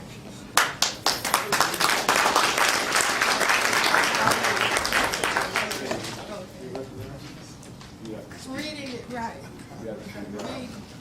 Reading is more, repeat after me. Reading is more important than watching TV. Let's say it again. Reading is more important than watching TV. Okay. Go ahead. Okay, I love it. Okay. All right, here you go. Go ahead, brother. My question. You gotta speak loud, too. All right, I'm a guerrilla poet, and All right. I get on trains every day to do my poetry. My question is this: how can we wake people up with your messages when most of our people throw up 20-foot walls, close their ears and their minds? You know, I see this every single day when I get on the trains and everything. When I get in the train of cars and everything, and like there's always like a certain amount of percentage that always gives me. And I'm like they'll acknowledge and everything like that, But how do we make people want to ingest the truth? Any suggestions? Do you have any advice? Yes. See, how do we relate to one another? And like the church said, whosoever will, let him come. Not whoever I can bang over the head. You see, so somebody says, look, I don't want to hear anything about about racism. That crazy Dr. Welsing. I don't want to hear it. You see that? Say that's okay. That's okay. You see, and if you don't get anybody to listen, you write your poetry. Right. You see, at what is, you know, people say to me, Dr. Welsing, I heard you 20 years ago, and I knew you were crazy. It's 20 years later, and then they'll say, now I understand. Do you see what I'm saying? So no, we have to embrace ourselves, and we have to embrace one another. And let me just say the stops. Nearly Fuller, these are stops. Yeah. Stop name calling one another. Yeah, thank you. Stop gossiping about one another. Yes. Stop squabbling with one another. Yes. Stop cursing one another. Stop snitching on one another. Yes. Stop being discourteous and disrespectful to one another. Stop robbing one another. Stop stealing from one another. Stop fighting one another. And stop killing one another. Now I've added some to it. Stop using and selling drugs to one another. See, because the thing that they're bringing out now is medical marijuana. Now that's going to say to every young black person, oh, this is medicine. But we won't have a clue as to what's in it. And they had a 2-hour-long program on TV. They got a black couple who are one of the chief manufacturers. See, that's to suck us in. So please be careful. So stop using and selling drugs to one another. Stop making black children think that as children, they can be adequate mothers and fathers. All right. Stop pretending that racism, white supremacy does not exist. Stop throwing down trash where black people live, work, and play. If you're willing to live around trash, you're thinking of yourself as trash. Every black person needs to get a PhD in broom study. Stop allowing racism, white supremacy dividing black, brown, red, and yellow people. Okay. Thank you.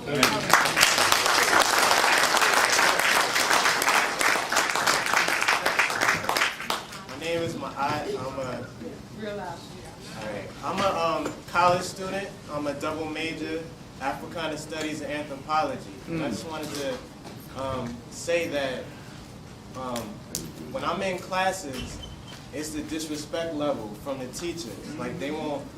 I sit in the front, you know, I dress up, you know, I raise my hand, the non-acknowledgement, and even this could relate to a job. What do you suggest that we do in order to deal with that? Because sometimes it makes you feel like, it made me feel reminiscent of a lynching, just a emasculation that happened.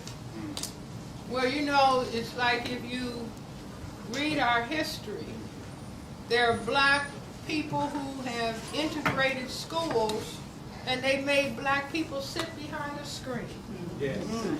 You see, you were not allowed to be in the same space with whites. See, now, if you have in your mind, they're supposed to like me. They're supposed to accept me. As opposed to, I understand racism, white supremacy. You see, and the teacher is doing his or her best to discourage me, to make me give up. Like they did studies some time ago where they found out, you know, a little black child, let's say he's 7 years old, and he's got the answer, and he's raising his hand like that, and the teacher just keeps ignoring. And then his hand begins to come down, and he is despondent because he thinks. Now imagine, you see, if you go into class and say, well, this is interesting, this teacher is acting like they think of me as the enemy. Well, I understand fear of white genetic annihilation. So I'm just gonna sit here, do my best to pass the exams, and come out and help black people.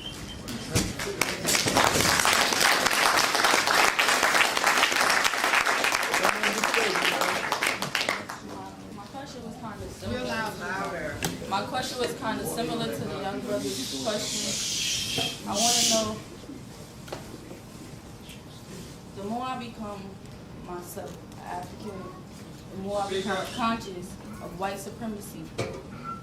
It's like I feel like the world is against me now because I'm trying to awaken my people around me.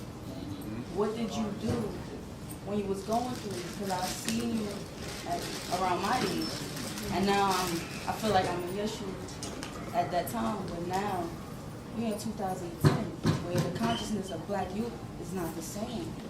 So it's like it looks like I'm the crazy one for thinking a certain way and trying to change the youth. And I have like teachers, like the guy said, making me feel like I'm wrong for speaking from my own experiences in life. What did you do to humble yourself from being angry or lashing out? It's like I get into battles with these teachers or people and I'll tell myself that's not the way. But I feel like, and I'm very respectful to whites.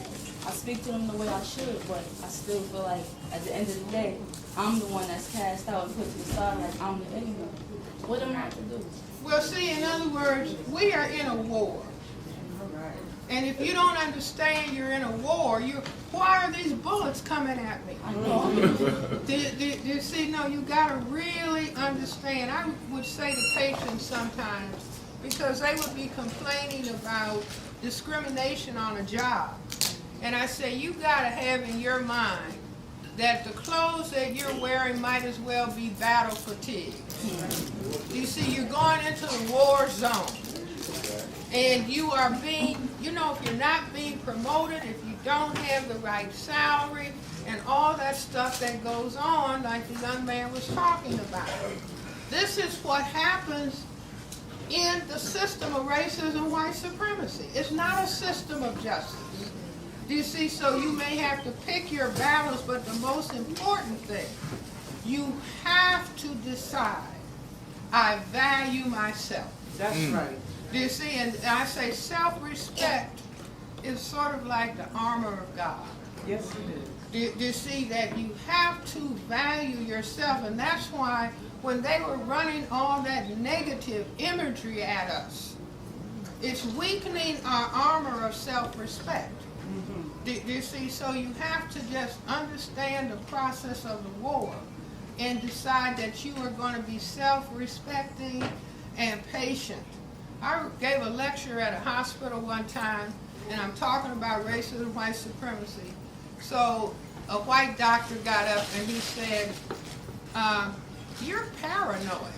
And I just smiled, and so then a black person got up and said, he said, you're paranoid and you just smile. I said, no, he gave me a compliment. He said, I understand racism and white supremacy. Do you see what I'm saying? The system doesn't acknowledge itself. Right. It's not going to validate. Do you see, if they acknowledge that their whole system was fear of white genetic annihilation, that thing would be washed up tomorrow. Yes. Do you see? So they're not going to acknowledge. And see, the more they ignore you and the more you practice being calm and self-assured. Like during the Vietnam War, I used to look at the woman on TV who was the North Vietnamese negotiator, Madam Ben. And she was so calm. And I used to wonder, her people are being really physical war against. And she's just calm, and I used to say, I want to be just like Madam Ben. You see, where you know what the war is, and you can stand up and talk about it without yelling and screaming. Now, is it difficult? Yes. Do you see, but it's like everybody has to find out, what is my purpose? What am I supposed to be doing on this planet? Right. You see, what am I supposed to be doing? as the mothers and fathers of everybody on this planet. All right.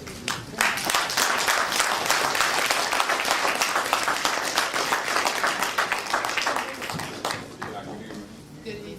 My question is this: if the story of Remulus and Romulus is true, and they are children, is it also true that they have less active strands of DNA than we do? So what I understand, they have only 6 and we have 9. Well, see, let's not just focus on what they don't have. Right. Because whatever they don't have, they're standing on us. Do you see what I'm saying? And so what you want to look at is what are they doing? What are they doing to us? Now, what is our counter strategy?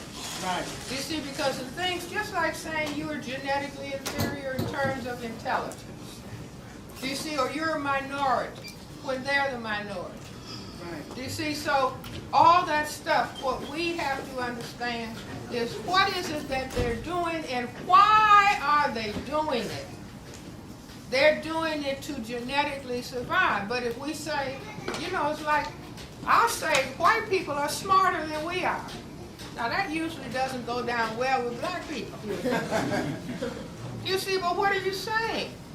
I mean, that's like whatever football team is your favorite team, and if they lost. Do you see what I'm saying? You say, they lost. They lost. See, the fact that somebody is smart, people who are standing on you are smarter than you are. At that moment in time, because you haven't figured out how to get them off. So if we just went around saying, you white people are really smart. You don't have to say smart MFs. You say, you all are smart. You all are smart. You all are, see, follow. You are a tiny minority on the planet, and you're controlling the whole planet. Now you make them want to go home. You see what I say? You're smart. We haven't figured out how to checkmate you yet. Yes. But we're thinking about it. As a matter of fact, we are putting partying on the side. Like a young man who's in law school in Florida called me up. And he said, Dr. Welsing, the black students are failing their courses, but they're doing the step in law school, stepping.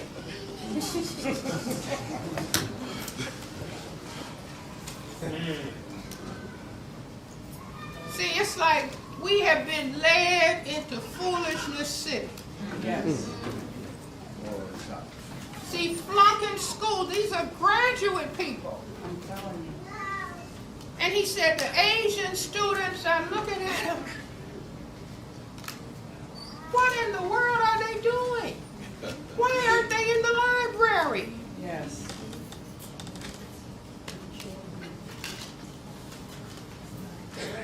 See, so it's a whole lot of things we got to examine that were okay when we were not thinking about victimization. See, we can give up singing and dancing. We got PhDs in that. We got PhDs in foolishness. Do you see what I'm saying? Now, what we don't have PhDs in is getting people off of our backs. Yes. Right. Do you see, we don't have PhDs in behavior that reflects that we respect ourselves. And that's what we got to go after. Okay? All right.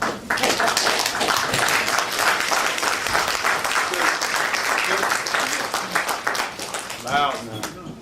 Hi, I don't think I have a question. I think I just have to compliment you. A sister of mine told me that you were in town, and your ear should be ringing, because I mention your name all the time. I have followed you since the days of First World. Okay. And from then until now, everything that you have said has come to pass. It's unfortunate, but it has. I heard a tape of yours a while back, and I remember you stating that what is going on with us could have started even biblically. And I am in theology school right now, and it has, and even before that.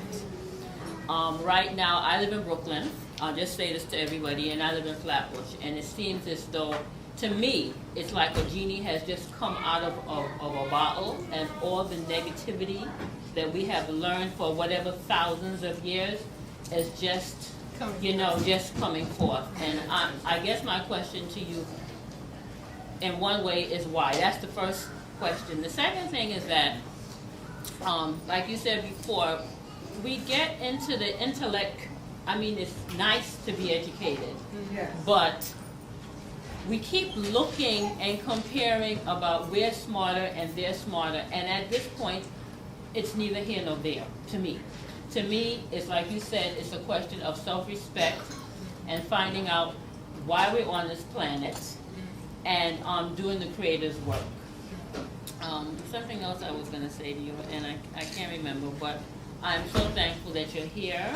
I'm so thankful that you have continued to say the same thing. I told my friend one of the things that I have found with you all the time, that you have been always able to get your message across without using curse words. And I personally have a problem with that, because I say that if in the beginning was the Word, and the Word was, and the Word was good, then I think that when we're communicating with each other in terms of lectures, that there is no need to go into that white supremacy mode. I mean, I think you've been around long enough, and we've discussed in terms of the language, the MFs, and all the other words that go along with it, that we should try to alleviate that. I mean, I don't use the word, but my favorite word at home is AWS, and every time I use it, there's a jar that I have to put a dollar in. Okay, so again, I thank you so much. And one last thing, somebody mentioned about reading. I read a book on Dickens. It was on crime and education. I was reading it online, and I'm just curious to know, it's like a script when you read it about the educational system that went on in England during his time. It's like a script that is being done right here within the Board of Ed. And my question is, why is that? And I just want to hope.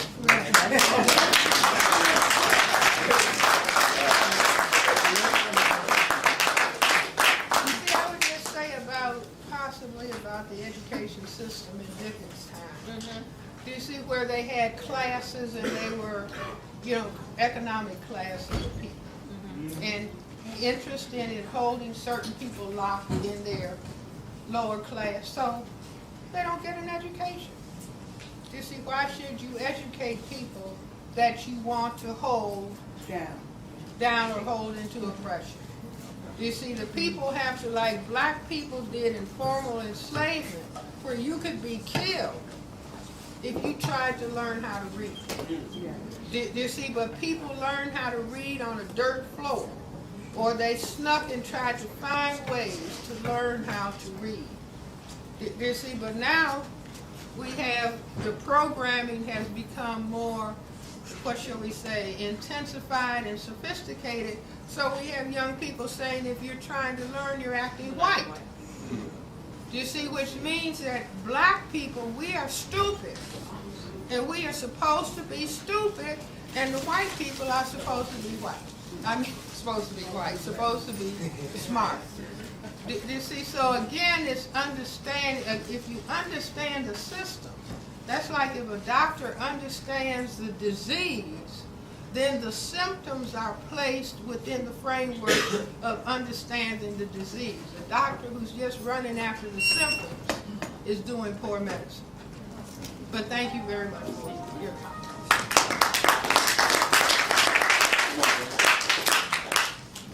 Okay. And welcome. I thank you for being you. Okay. I thank you for being you and all the work that you have done over the years and your contribution. It is really important, most important, I would say, because many of us are stumbling blind under the Western domination without realizing it, and searching for answers and continue to search for answers and continue to have questions.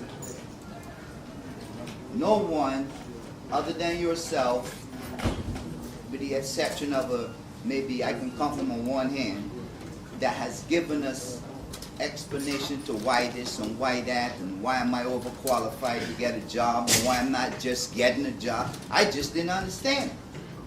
And you yourself, I've been following for at least 10 years, you yourself and others have made that abundantly clear, and I want to thank you for that.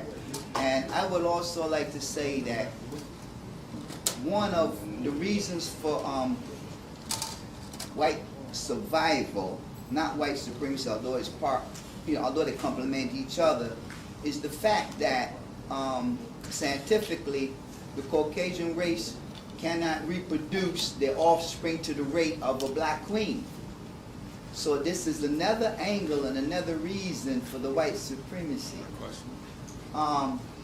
Yeah, Mike, one of the questions, this is a short statement, then a question. I would like to say that we as a people don't owe them an apology for nothing. Why?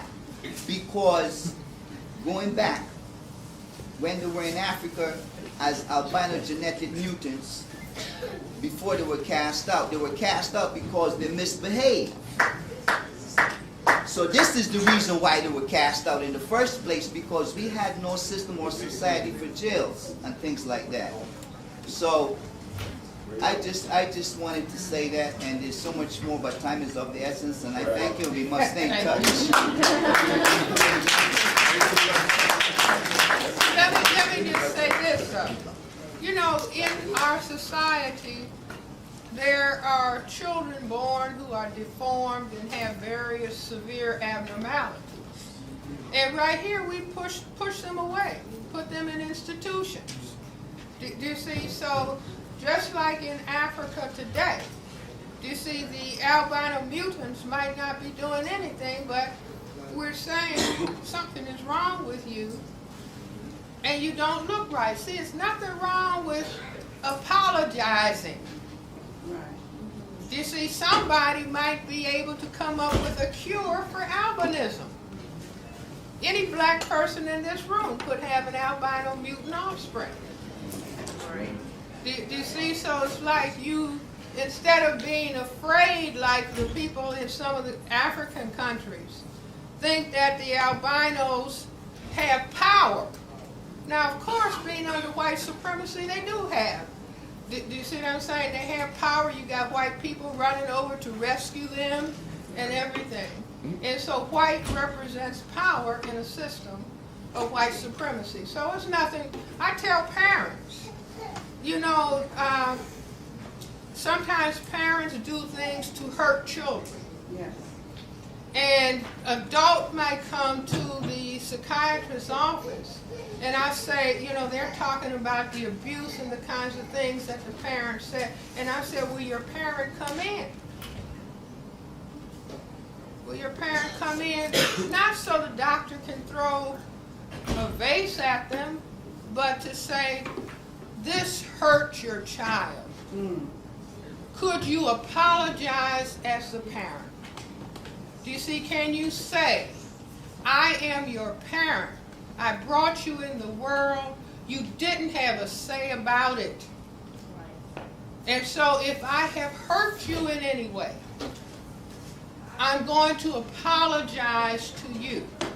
Or I'm going to sit silently and listen to you. Tell me how I've hurt you. Because I'm your parent. I brought you in this world.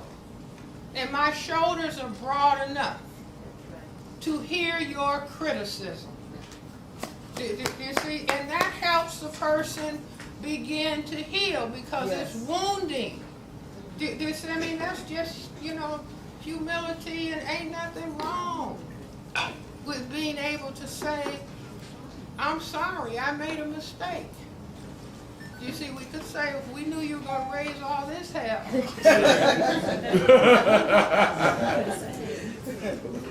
Do you see? But that, the first time I did it, I thought that the white people were just going to go into, because I say, obviously, you think we are your kin, which is why you have Aunt Jemima feeding you, Uncle Ben feeding you. Do you see? You got Oprah. Tell Mammy what's the problem. Do you see? And she's the wealthiest lady in the entertainment world. Yes, she is. She telling, come and tell Mammy what's about. Okay, who's next? Sister Yes, Doctor, thank you for being here. You had 9 Areas parts. of activity. Yes, and I heard recently that you added a 10th health. No, it's, Well, maybe I misunderstood, but could you just explain how health, I mean it's obvious, but could you explain in your words how health plays a big part in all? see, health, you can put the 9 areas of activity: economics, education, entertainment, labor, law, politics, religion, sex, and war. And so when stuff is going wrong in any of those areas of activity, that impacts the well-being of the person. You see, the stress in economics, the stress in education, the stress with unjust laws, all of that is impacting health. So health doesn't have to be a separate area of activity. Okay? That's my opinion. Yes. First and foremost, I would like to, I'm very nervous. Oh, that's cool. I am so honored to be in your presence because this is my first time hearing about you. I just recently learned about your works. And I listened to your videotapes and everything, and I'm beginning to understand the situation. But I also want to let the audience know that I brought my son here, who is 21 years old. And I told him, if you can watch all of that foolishness on the television, that you have to make time to come and see Dr. Francis. And could you please stand up?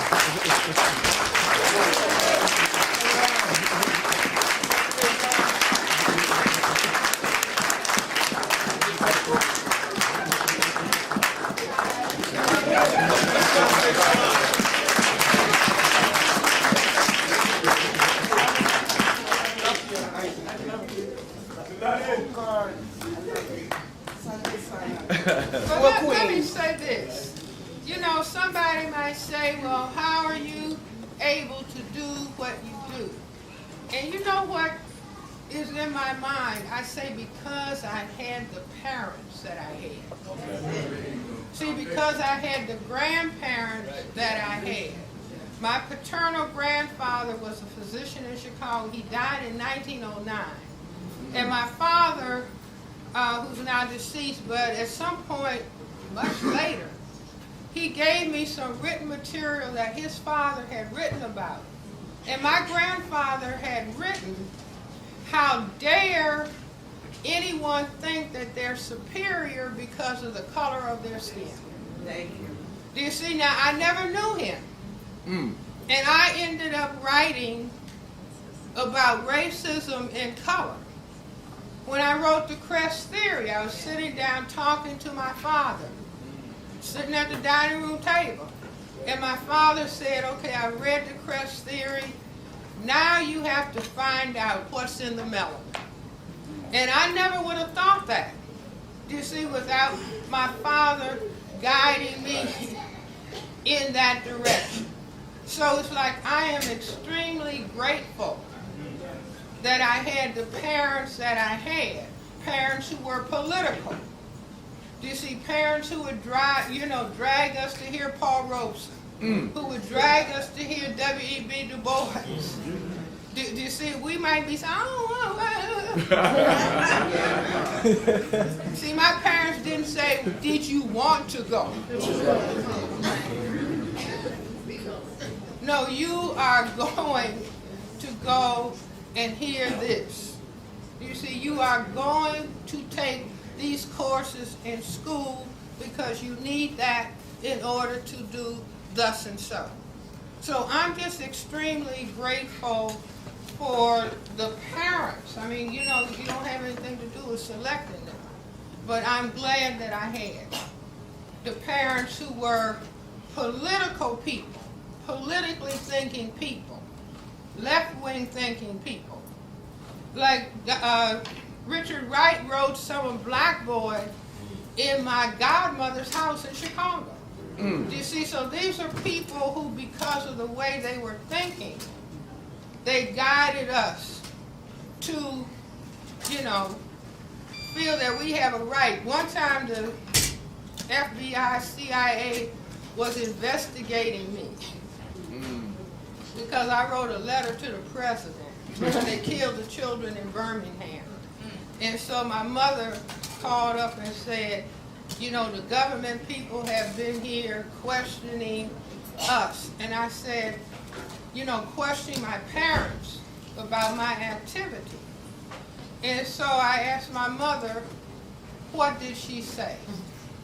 And my mother said, she said, I told them that we raised you to protest. That's right. So what more can you ask?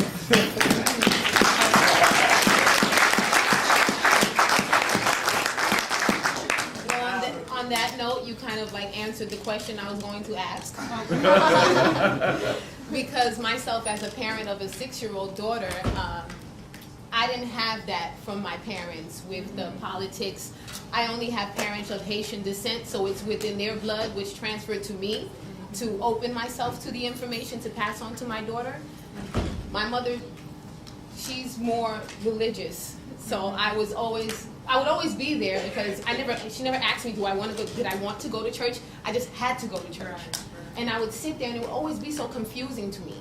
So as I got older and I started reading and meeting different people who were giving me the information and reading your book, my child now was in a school that was run by our people. But they still held on to the traditions of the white supremacy and things that I tell her that are not productive for her and her melanin dominance and her role in this phase of everything. So my question was, she is now in a different school where it's still a situation where she's still trying to find herself. I feel like everything that I'm giving to her, she's looking at it as, you're always talking about that stuff, but this is what everyone else is doing. But I tell her all the time, you are in this world, but you don't have to be of it. You know, but you have to kind of like find your way. I know you're 6 years old, but I'm going to keep giving this information to you because one day it will make sense.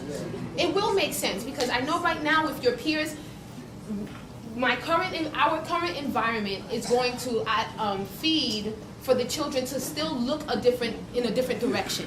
They're going to want, yes, that straight hair. Because she tells me all the time, I want my hair like this, and I want it to do this and drop like this. No, it's not going to happen like that, honey. You have curly hair, and it's just not going to happen. Oh, well, and I did it the other day. I took her into one of these stores, and I said, well, which doll? Grandma wants to get you a doll, and she told me to bring you here so you can pick the doll. There were 3 different shades. I said, which doll would you like? And she didn't pick the Caucasian-looking doll, but she picked the kind of Spanish-looking one. Now, the darkest one was in the middle. I said, well, why didn't you pick that one? Oh, okay, I'll pick that one. No, you chose that one for a reason because in the school that you attend, these are the children that you see around you. Those are the children that get the attention. Those are the children that the boys kind of lean towards, you know, oh, I like her because she has this kind of hair or this is her complexion. So I wanted to know, besides homeschooling, what is the best way to kind of like teach your child in this environment that we're currently in? Like what's kind of schooling, like what, besides homeschool? See, in other words, I wouldn't know a department of psychiatry to tell somebody to train in that is talking about racism, white supremacy. They don't exist. Right. Do you see? So it's like a lot of education, gentle education. Do you see? Not being upset with your daughter when she says, I want the white one or I want the one that looks Spanish. See, I would say, just as a suggestion for next time, that you said, okay, Mom will buy you the one that you select, but I'm also going to buy you the one that Mom thinks is most beautiful. Do you see? So I want you to have this because Mother thinks this is absolutely beautiful because it looks like you. But not being shocked or surprised because the children have taken in what the culture is teaching. Do you see? I tell children who might be engaged in sexual activity. Do you see? Two things, if not more, but one thing, I mean, all you can do is look at movies and listen to music and look at, you know, this is sex. And I say it because white people are unhappy. If they're unhappy with their appearance, you will be unhappy about the act that produced you. That goes also for us.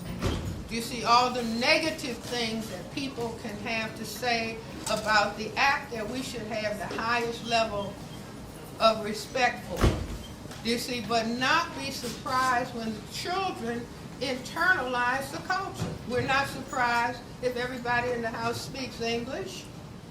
We don't say, how did the child learn how to speak English? Because that's what's being spoken in the house. Do you see? But there's a lot of education that has to go on in the home. And I will repeat, you see, the education of the child begins before the sperm meets the egg. That's right. You see, because that's engaging in whether there's going to be respect for the thing that is the product of that activity. You see, and if I'm playing with sex, the joke is on the offspring. Okay?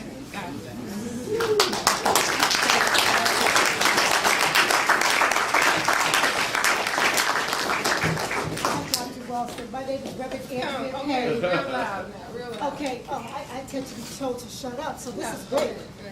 My name is Reverend Andrea Payne, and I was introduced to the ISIS papers in 2006. And this is what my first thing was, oh my God, now I understand why white people hate us so much. Because I couldn't figure it out. Okay. So you gave me an answer that it was unsettling, but at least I had some kind of answer. So thank you, and thank you, Neely, also. Okay. My second thing was, this woman has courage to write this, you know, to stand up and speak and share this information. So I have a couple comments. One, also I want to thank you for having your courage, and I want to thank these brothers for holding this space and creating this space. One thing that you said that I wanted you to comment on, you said white people they're smart. And I've always said they're brilliant. But on the other hand, the other night I was on the train to do a spiritual service, and I said to myself, if I had the courage, I would write a book and call it The Predator Race. Because that race of people is willing to destroy everything, including the planet. Everybody. I mean, I don't think that there's any group of people that I've read about who was more willing to kill everybody and everything in sight. And I think that that's part of the problem that we're facing. I do think that we are now killing each other, but not at the level of, like, the Arabs now are beginning to understand what we've been dealing with. And so are the, you know, the people in Honduras, you know, so okay, that's the question. That what do we do when you talk about the fear, when you're dealing with the race of people who was willing to destroy everything, including the planet? And the other thing is, I was surprised to find out that whites wanted to have you lecture to them, speak to them. What is that all about? No, it's like the places where I have encountered white people is when I've been invited by black people. See, it might be the Black Student Union or something like that. Do you see what I'm saying? So that's where that is. I'm losing your... But I was asking you about, because you talked about the fear, which is something See, in other words... That's what I'm asking her. The question is... See, in other words, we're saying that if you're frightened and fearful, you see, ooh, that person, those people, they can hurt me, make me disappear. You see, and so yes, they are going to buy anything that they can cook up with their brain computers. It's just like people who feel inadequate will manifest that in greed. You see, I feel deficient, so I have to have all the oil, all the gold, all the minerals, all the land, all the people, all the because I'm feeling inadequate. Okay, so I have to look at the inadequacy, and maybe that will take away some of my fear? Now, I don't know, take away your fear. See, in other words, we have fear because we have been brutalized by racism, white supremacy. You see, but self-respect helps you get over and get over fear. So at some point, my self-respect outweighs my fear. Like sometimes people say, how do you get the courage to do that?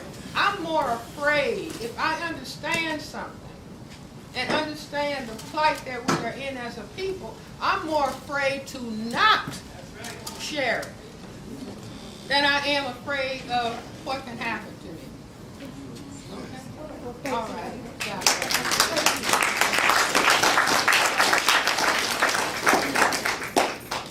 Yes, I wanted to first start off with the compliment, rather, of self-respect that I learned from you, and then it's going to kind of segue into my question. I first read the ISIS papers, Keys to the Codes, back in 1996, and I think prior to reading that book, I was functionally illiterate. I had never picked up a book or read anything. I managed to graduate high school, but in hindsight, I'm not sure how. But when I read your book, not only did it give me self-respect, but it really encouraged me to want to grow as a person, to want to learn in order to be able to effectively make changes. Since that time, I'm at NYU now working on my second master's degree at NYU. My question is, at NYU, at the lower part of Manhattan, I mean, there's a real disconnect between African Americans. I mean, you can barely get a higher vibe from blacks on the campus. Where do you think we are in terms of self-hate, and what can we do as individuals to kind of offset that self-hate that we have amongst each other? You know, when I was in college at Antioch and Yellow Springs, Ohio, and I graduated in '57, and integration like I was the only black girl in my class, so integration at that point was one black girl, one black guy. So there might have been 6 or 8 black students on the campus.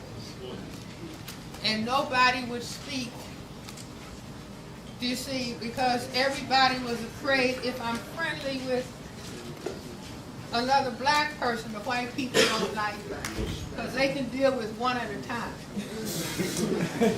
do you see, but we have, I mean, you know, no, we've been damaged. Every time you turn on the TV, every time you go to the movies, every time you go to a play, every time you listen to music, most of it is damaging to us. It's not telling us we need to embrace one another. We need to love ourselves and embrace one another. So if you understand, I'm not taking personally the fact that they won't speak. I'll just keep trying, but I won't make a nuisance of myself. But I'm open. See, I'm not, I understand why I might have the weaknesses that I have, and I understand the weaknesses that they have, and keep pursuing those degrees.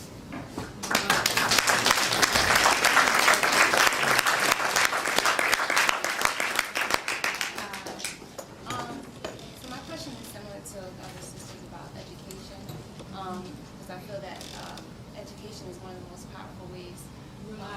I feel that education is one of the most powerful ways that we brainwash our people, because you know, our children are brainwashed from such an early age. So my question is, I work in a school, middle school. I'm a counselor at a middle school. The population is probably 99% black children. Teachers are majority white. I find myself feeling like I'm perpetuating the same system that I'm perpetuating the same system that I'm telling the children to question. So my question is, how do I feel like if I'm not there in the school, they won't have anybody to to teach them the truth. These are black children? Yes. Okay. I've tried educating the teachers. I've run a workshop to help the teachers understand the black experience. So my question is, how do I work within the system? Well, in other words, the system is not necessarily going to be open to you teaching black children to have respect for themselves. You see, but if you have any leeway, like it just came to my mind as you were talking, Langston Hughes, I believe it was Langston Hughes' poem, Little Brown Baby, if not Paul on Dunbar, Little Brown Baby with Sparkling Eyes. Come to your daddy and sit on his knee. You see, so you are looking for, I'm going to be looking for things that I can read to these children. I'm going to be looking for pictures that I can put on the bulletin board that are positive images of children. I used to be clinical director of a school in a mental health clinic called Paul Robeson Center for Growth and Development. Now, why Paul Robeson? Because he excelled in sports. He was intellect. He was an actor. You see, so you can make bulletin boards and show children. And I believe in asking children, everybody, every child in school, the teacher ought to say, sweetheart, what do you want to do when you're all grown up? Do you see, what do you want to become? And emphasizing you can be anything that you want to be if you're willing to work hard. Now that's, you're maybe not going to be able to tell them about racism, white supremacy, but you can say you're beautiful. You're black and you're beautiful. You see, I love the way you look. You see, as opposed to yanking on somebody. I mean, you can get on the bus or maybe the train and see what racism, white supremacy has done. Get over here, little nigger. You see, yanking and screaming at and pulling on children and calling them out of their names. As opposed to, sweetheart, let me embrace you. Let me help you learn. Do you understand what I'm saying? Or learn how to speak to them in a calm, caring voice so the child really begins to sense this person cares about me. Okay? All right.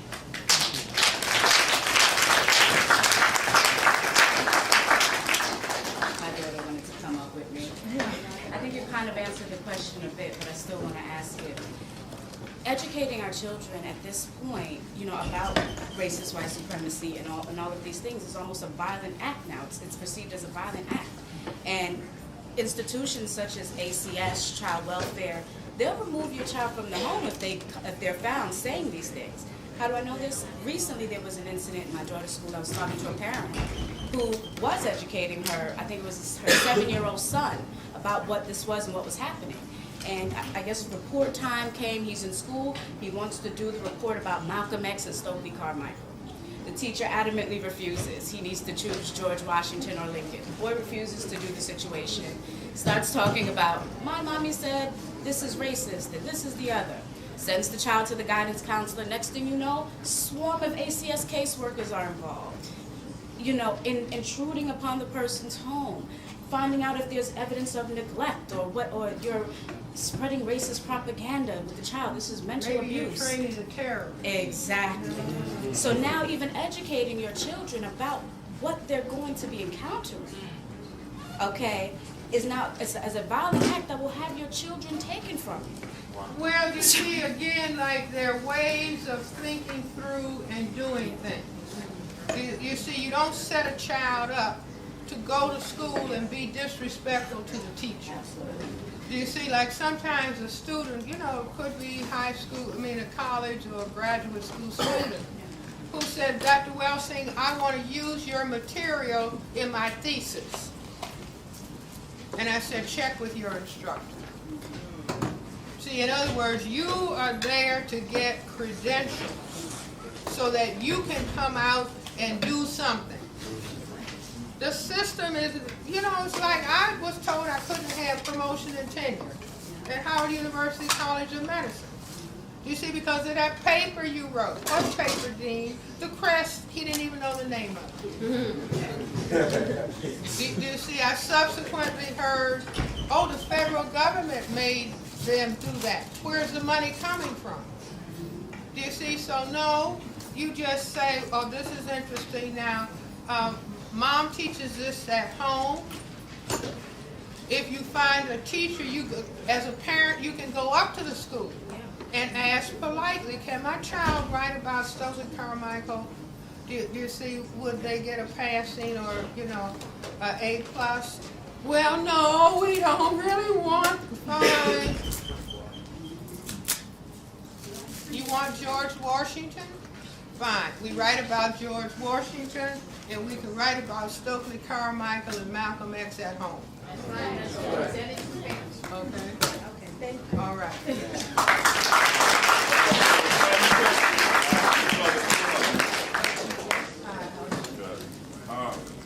Being that there's a war going on the race war and stuff like that, a large population.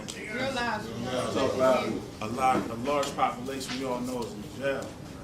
A large population of men that we need, you know what I'm saying, to fight this war. So I think we should be like going more into getting that info in there, because the brothers in there, right, when they're in there at this point, you know, they're not, you know, they're more conscious. So I think we should be pushing hard to get to the brothers now, so when they come home, it'll be like, you know, it'll be hope for the kids before you know everything goes down drain. So I was wondering, like, is the you know, the activists and people like yourself and people like me, we're doing everything I think we could to like being in jail. Well, first of all, I'll share with you something that Neely Fuller says. Do everything that you can possibly do to stay out of greater confinement. You see, in other words, that's not set up to be anything that is positive. So that if somebody fails to master that lesson. See, in other words, it's like sometimes people think, oh, I'm going against the system using and selling drugs. You're not going against the system. The system puts that there for you. You're not going against the system having a gun. The system puts that there. They got a step-by-step. Take his father out of the home. Cause him to be depressed. Cause him to use crack, cocaine, heroin to deal with the depression. He doesn't know he's depressed and street treating depression. Okay, then he will break the law, and then I will have him in the concentration camp prison. They got it all set up. So nobody, you're not outsmarting him. You're outsmarting him when you say, I got to do everything to stay out of that. I got to do everything I can to get maximum education. You see, but if I happen to get in there, give me some books. A lot of places, they won't let you have books. Do you see, but what you can do is have some codified, well, this is an opportunity for me to practice. No cursing, no name calling. You see, those are exercises in black mental health and black self-respect, instead of the exact opposite. See, even if people just said, instead of all that, you know, they see those TV programs, Lock Up. You see, and all the yelling and screaming that goes on. People just practice, you know, we're going to be real quiet in here. We're going to be real quiet. It's not going to be any yelling and screaming. There's not going to be any name calling. There's not going to be any discourtesy and disrespect. People can get in small groups and say, you know, we got to practice mental health in spite of the fact that they want to harm our mental health. But if we engage in certain behavior practices, we will be improving our mental health in spite of what they're hoping is going to happen. You see, we have to do everything we possibly can to maintain gender identity. You see, we have to struggle to not have our gender transformed. See, which is the struggle for manhood. You see, it's all a part of strategically countering. You see, and if Michael Jordan can fly, don't tell me we can't do what we make up our minds to do. Okay. All right. Everybody.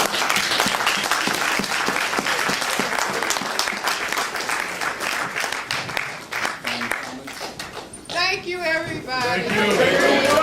All right, everybody. We have the DVD for this lecture for sale. It's $20. See Minister Clemson Brown. Also, I got to make an announcement. Bobby Hemmett will be here January 16th, 2011, on Sunday. Also, Brother Brown, my man from True South Books at 492 Nostrand Avenue between Halsey and Hancock. Go check the brother out. He's a beautiful brother. I know him for years, man. January 16th. Right here. Oh, come out, go out and support the vendor.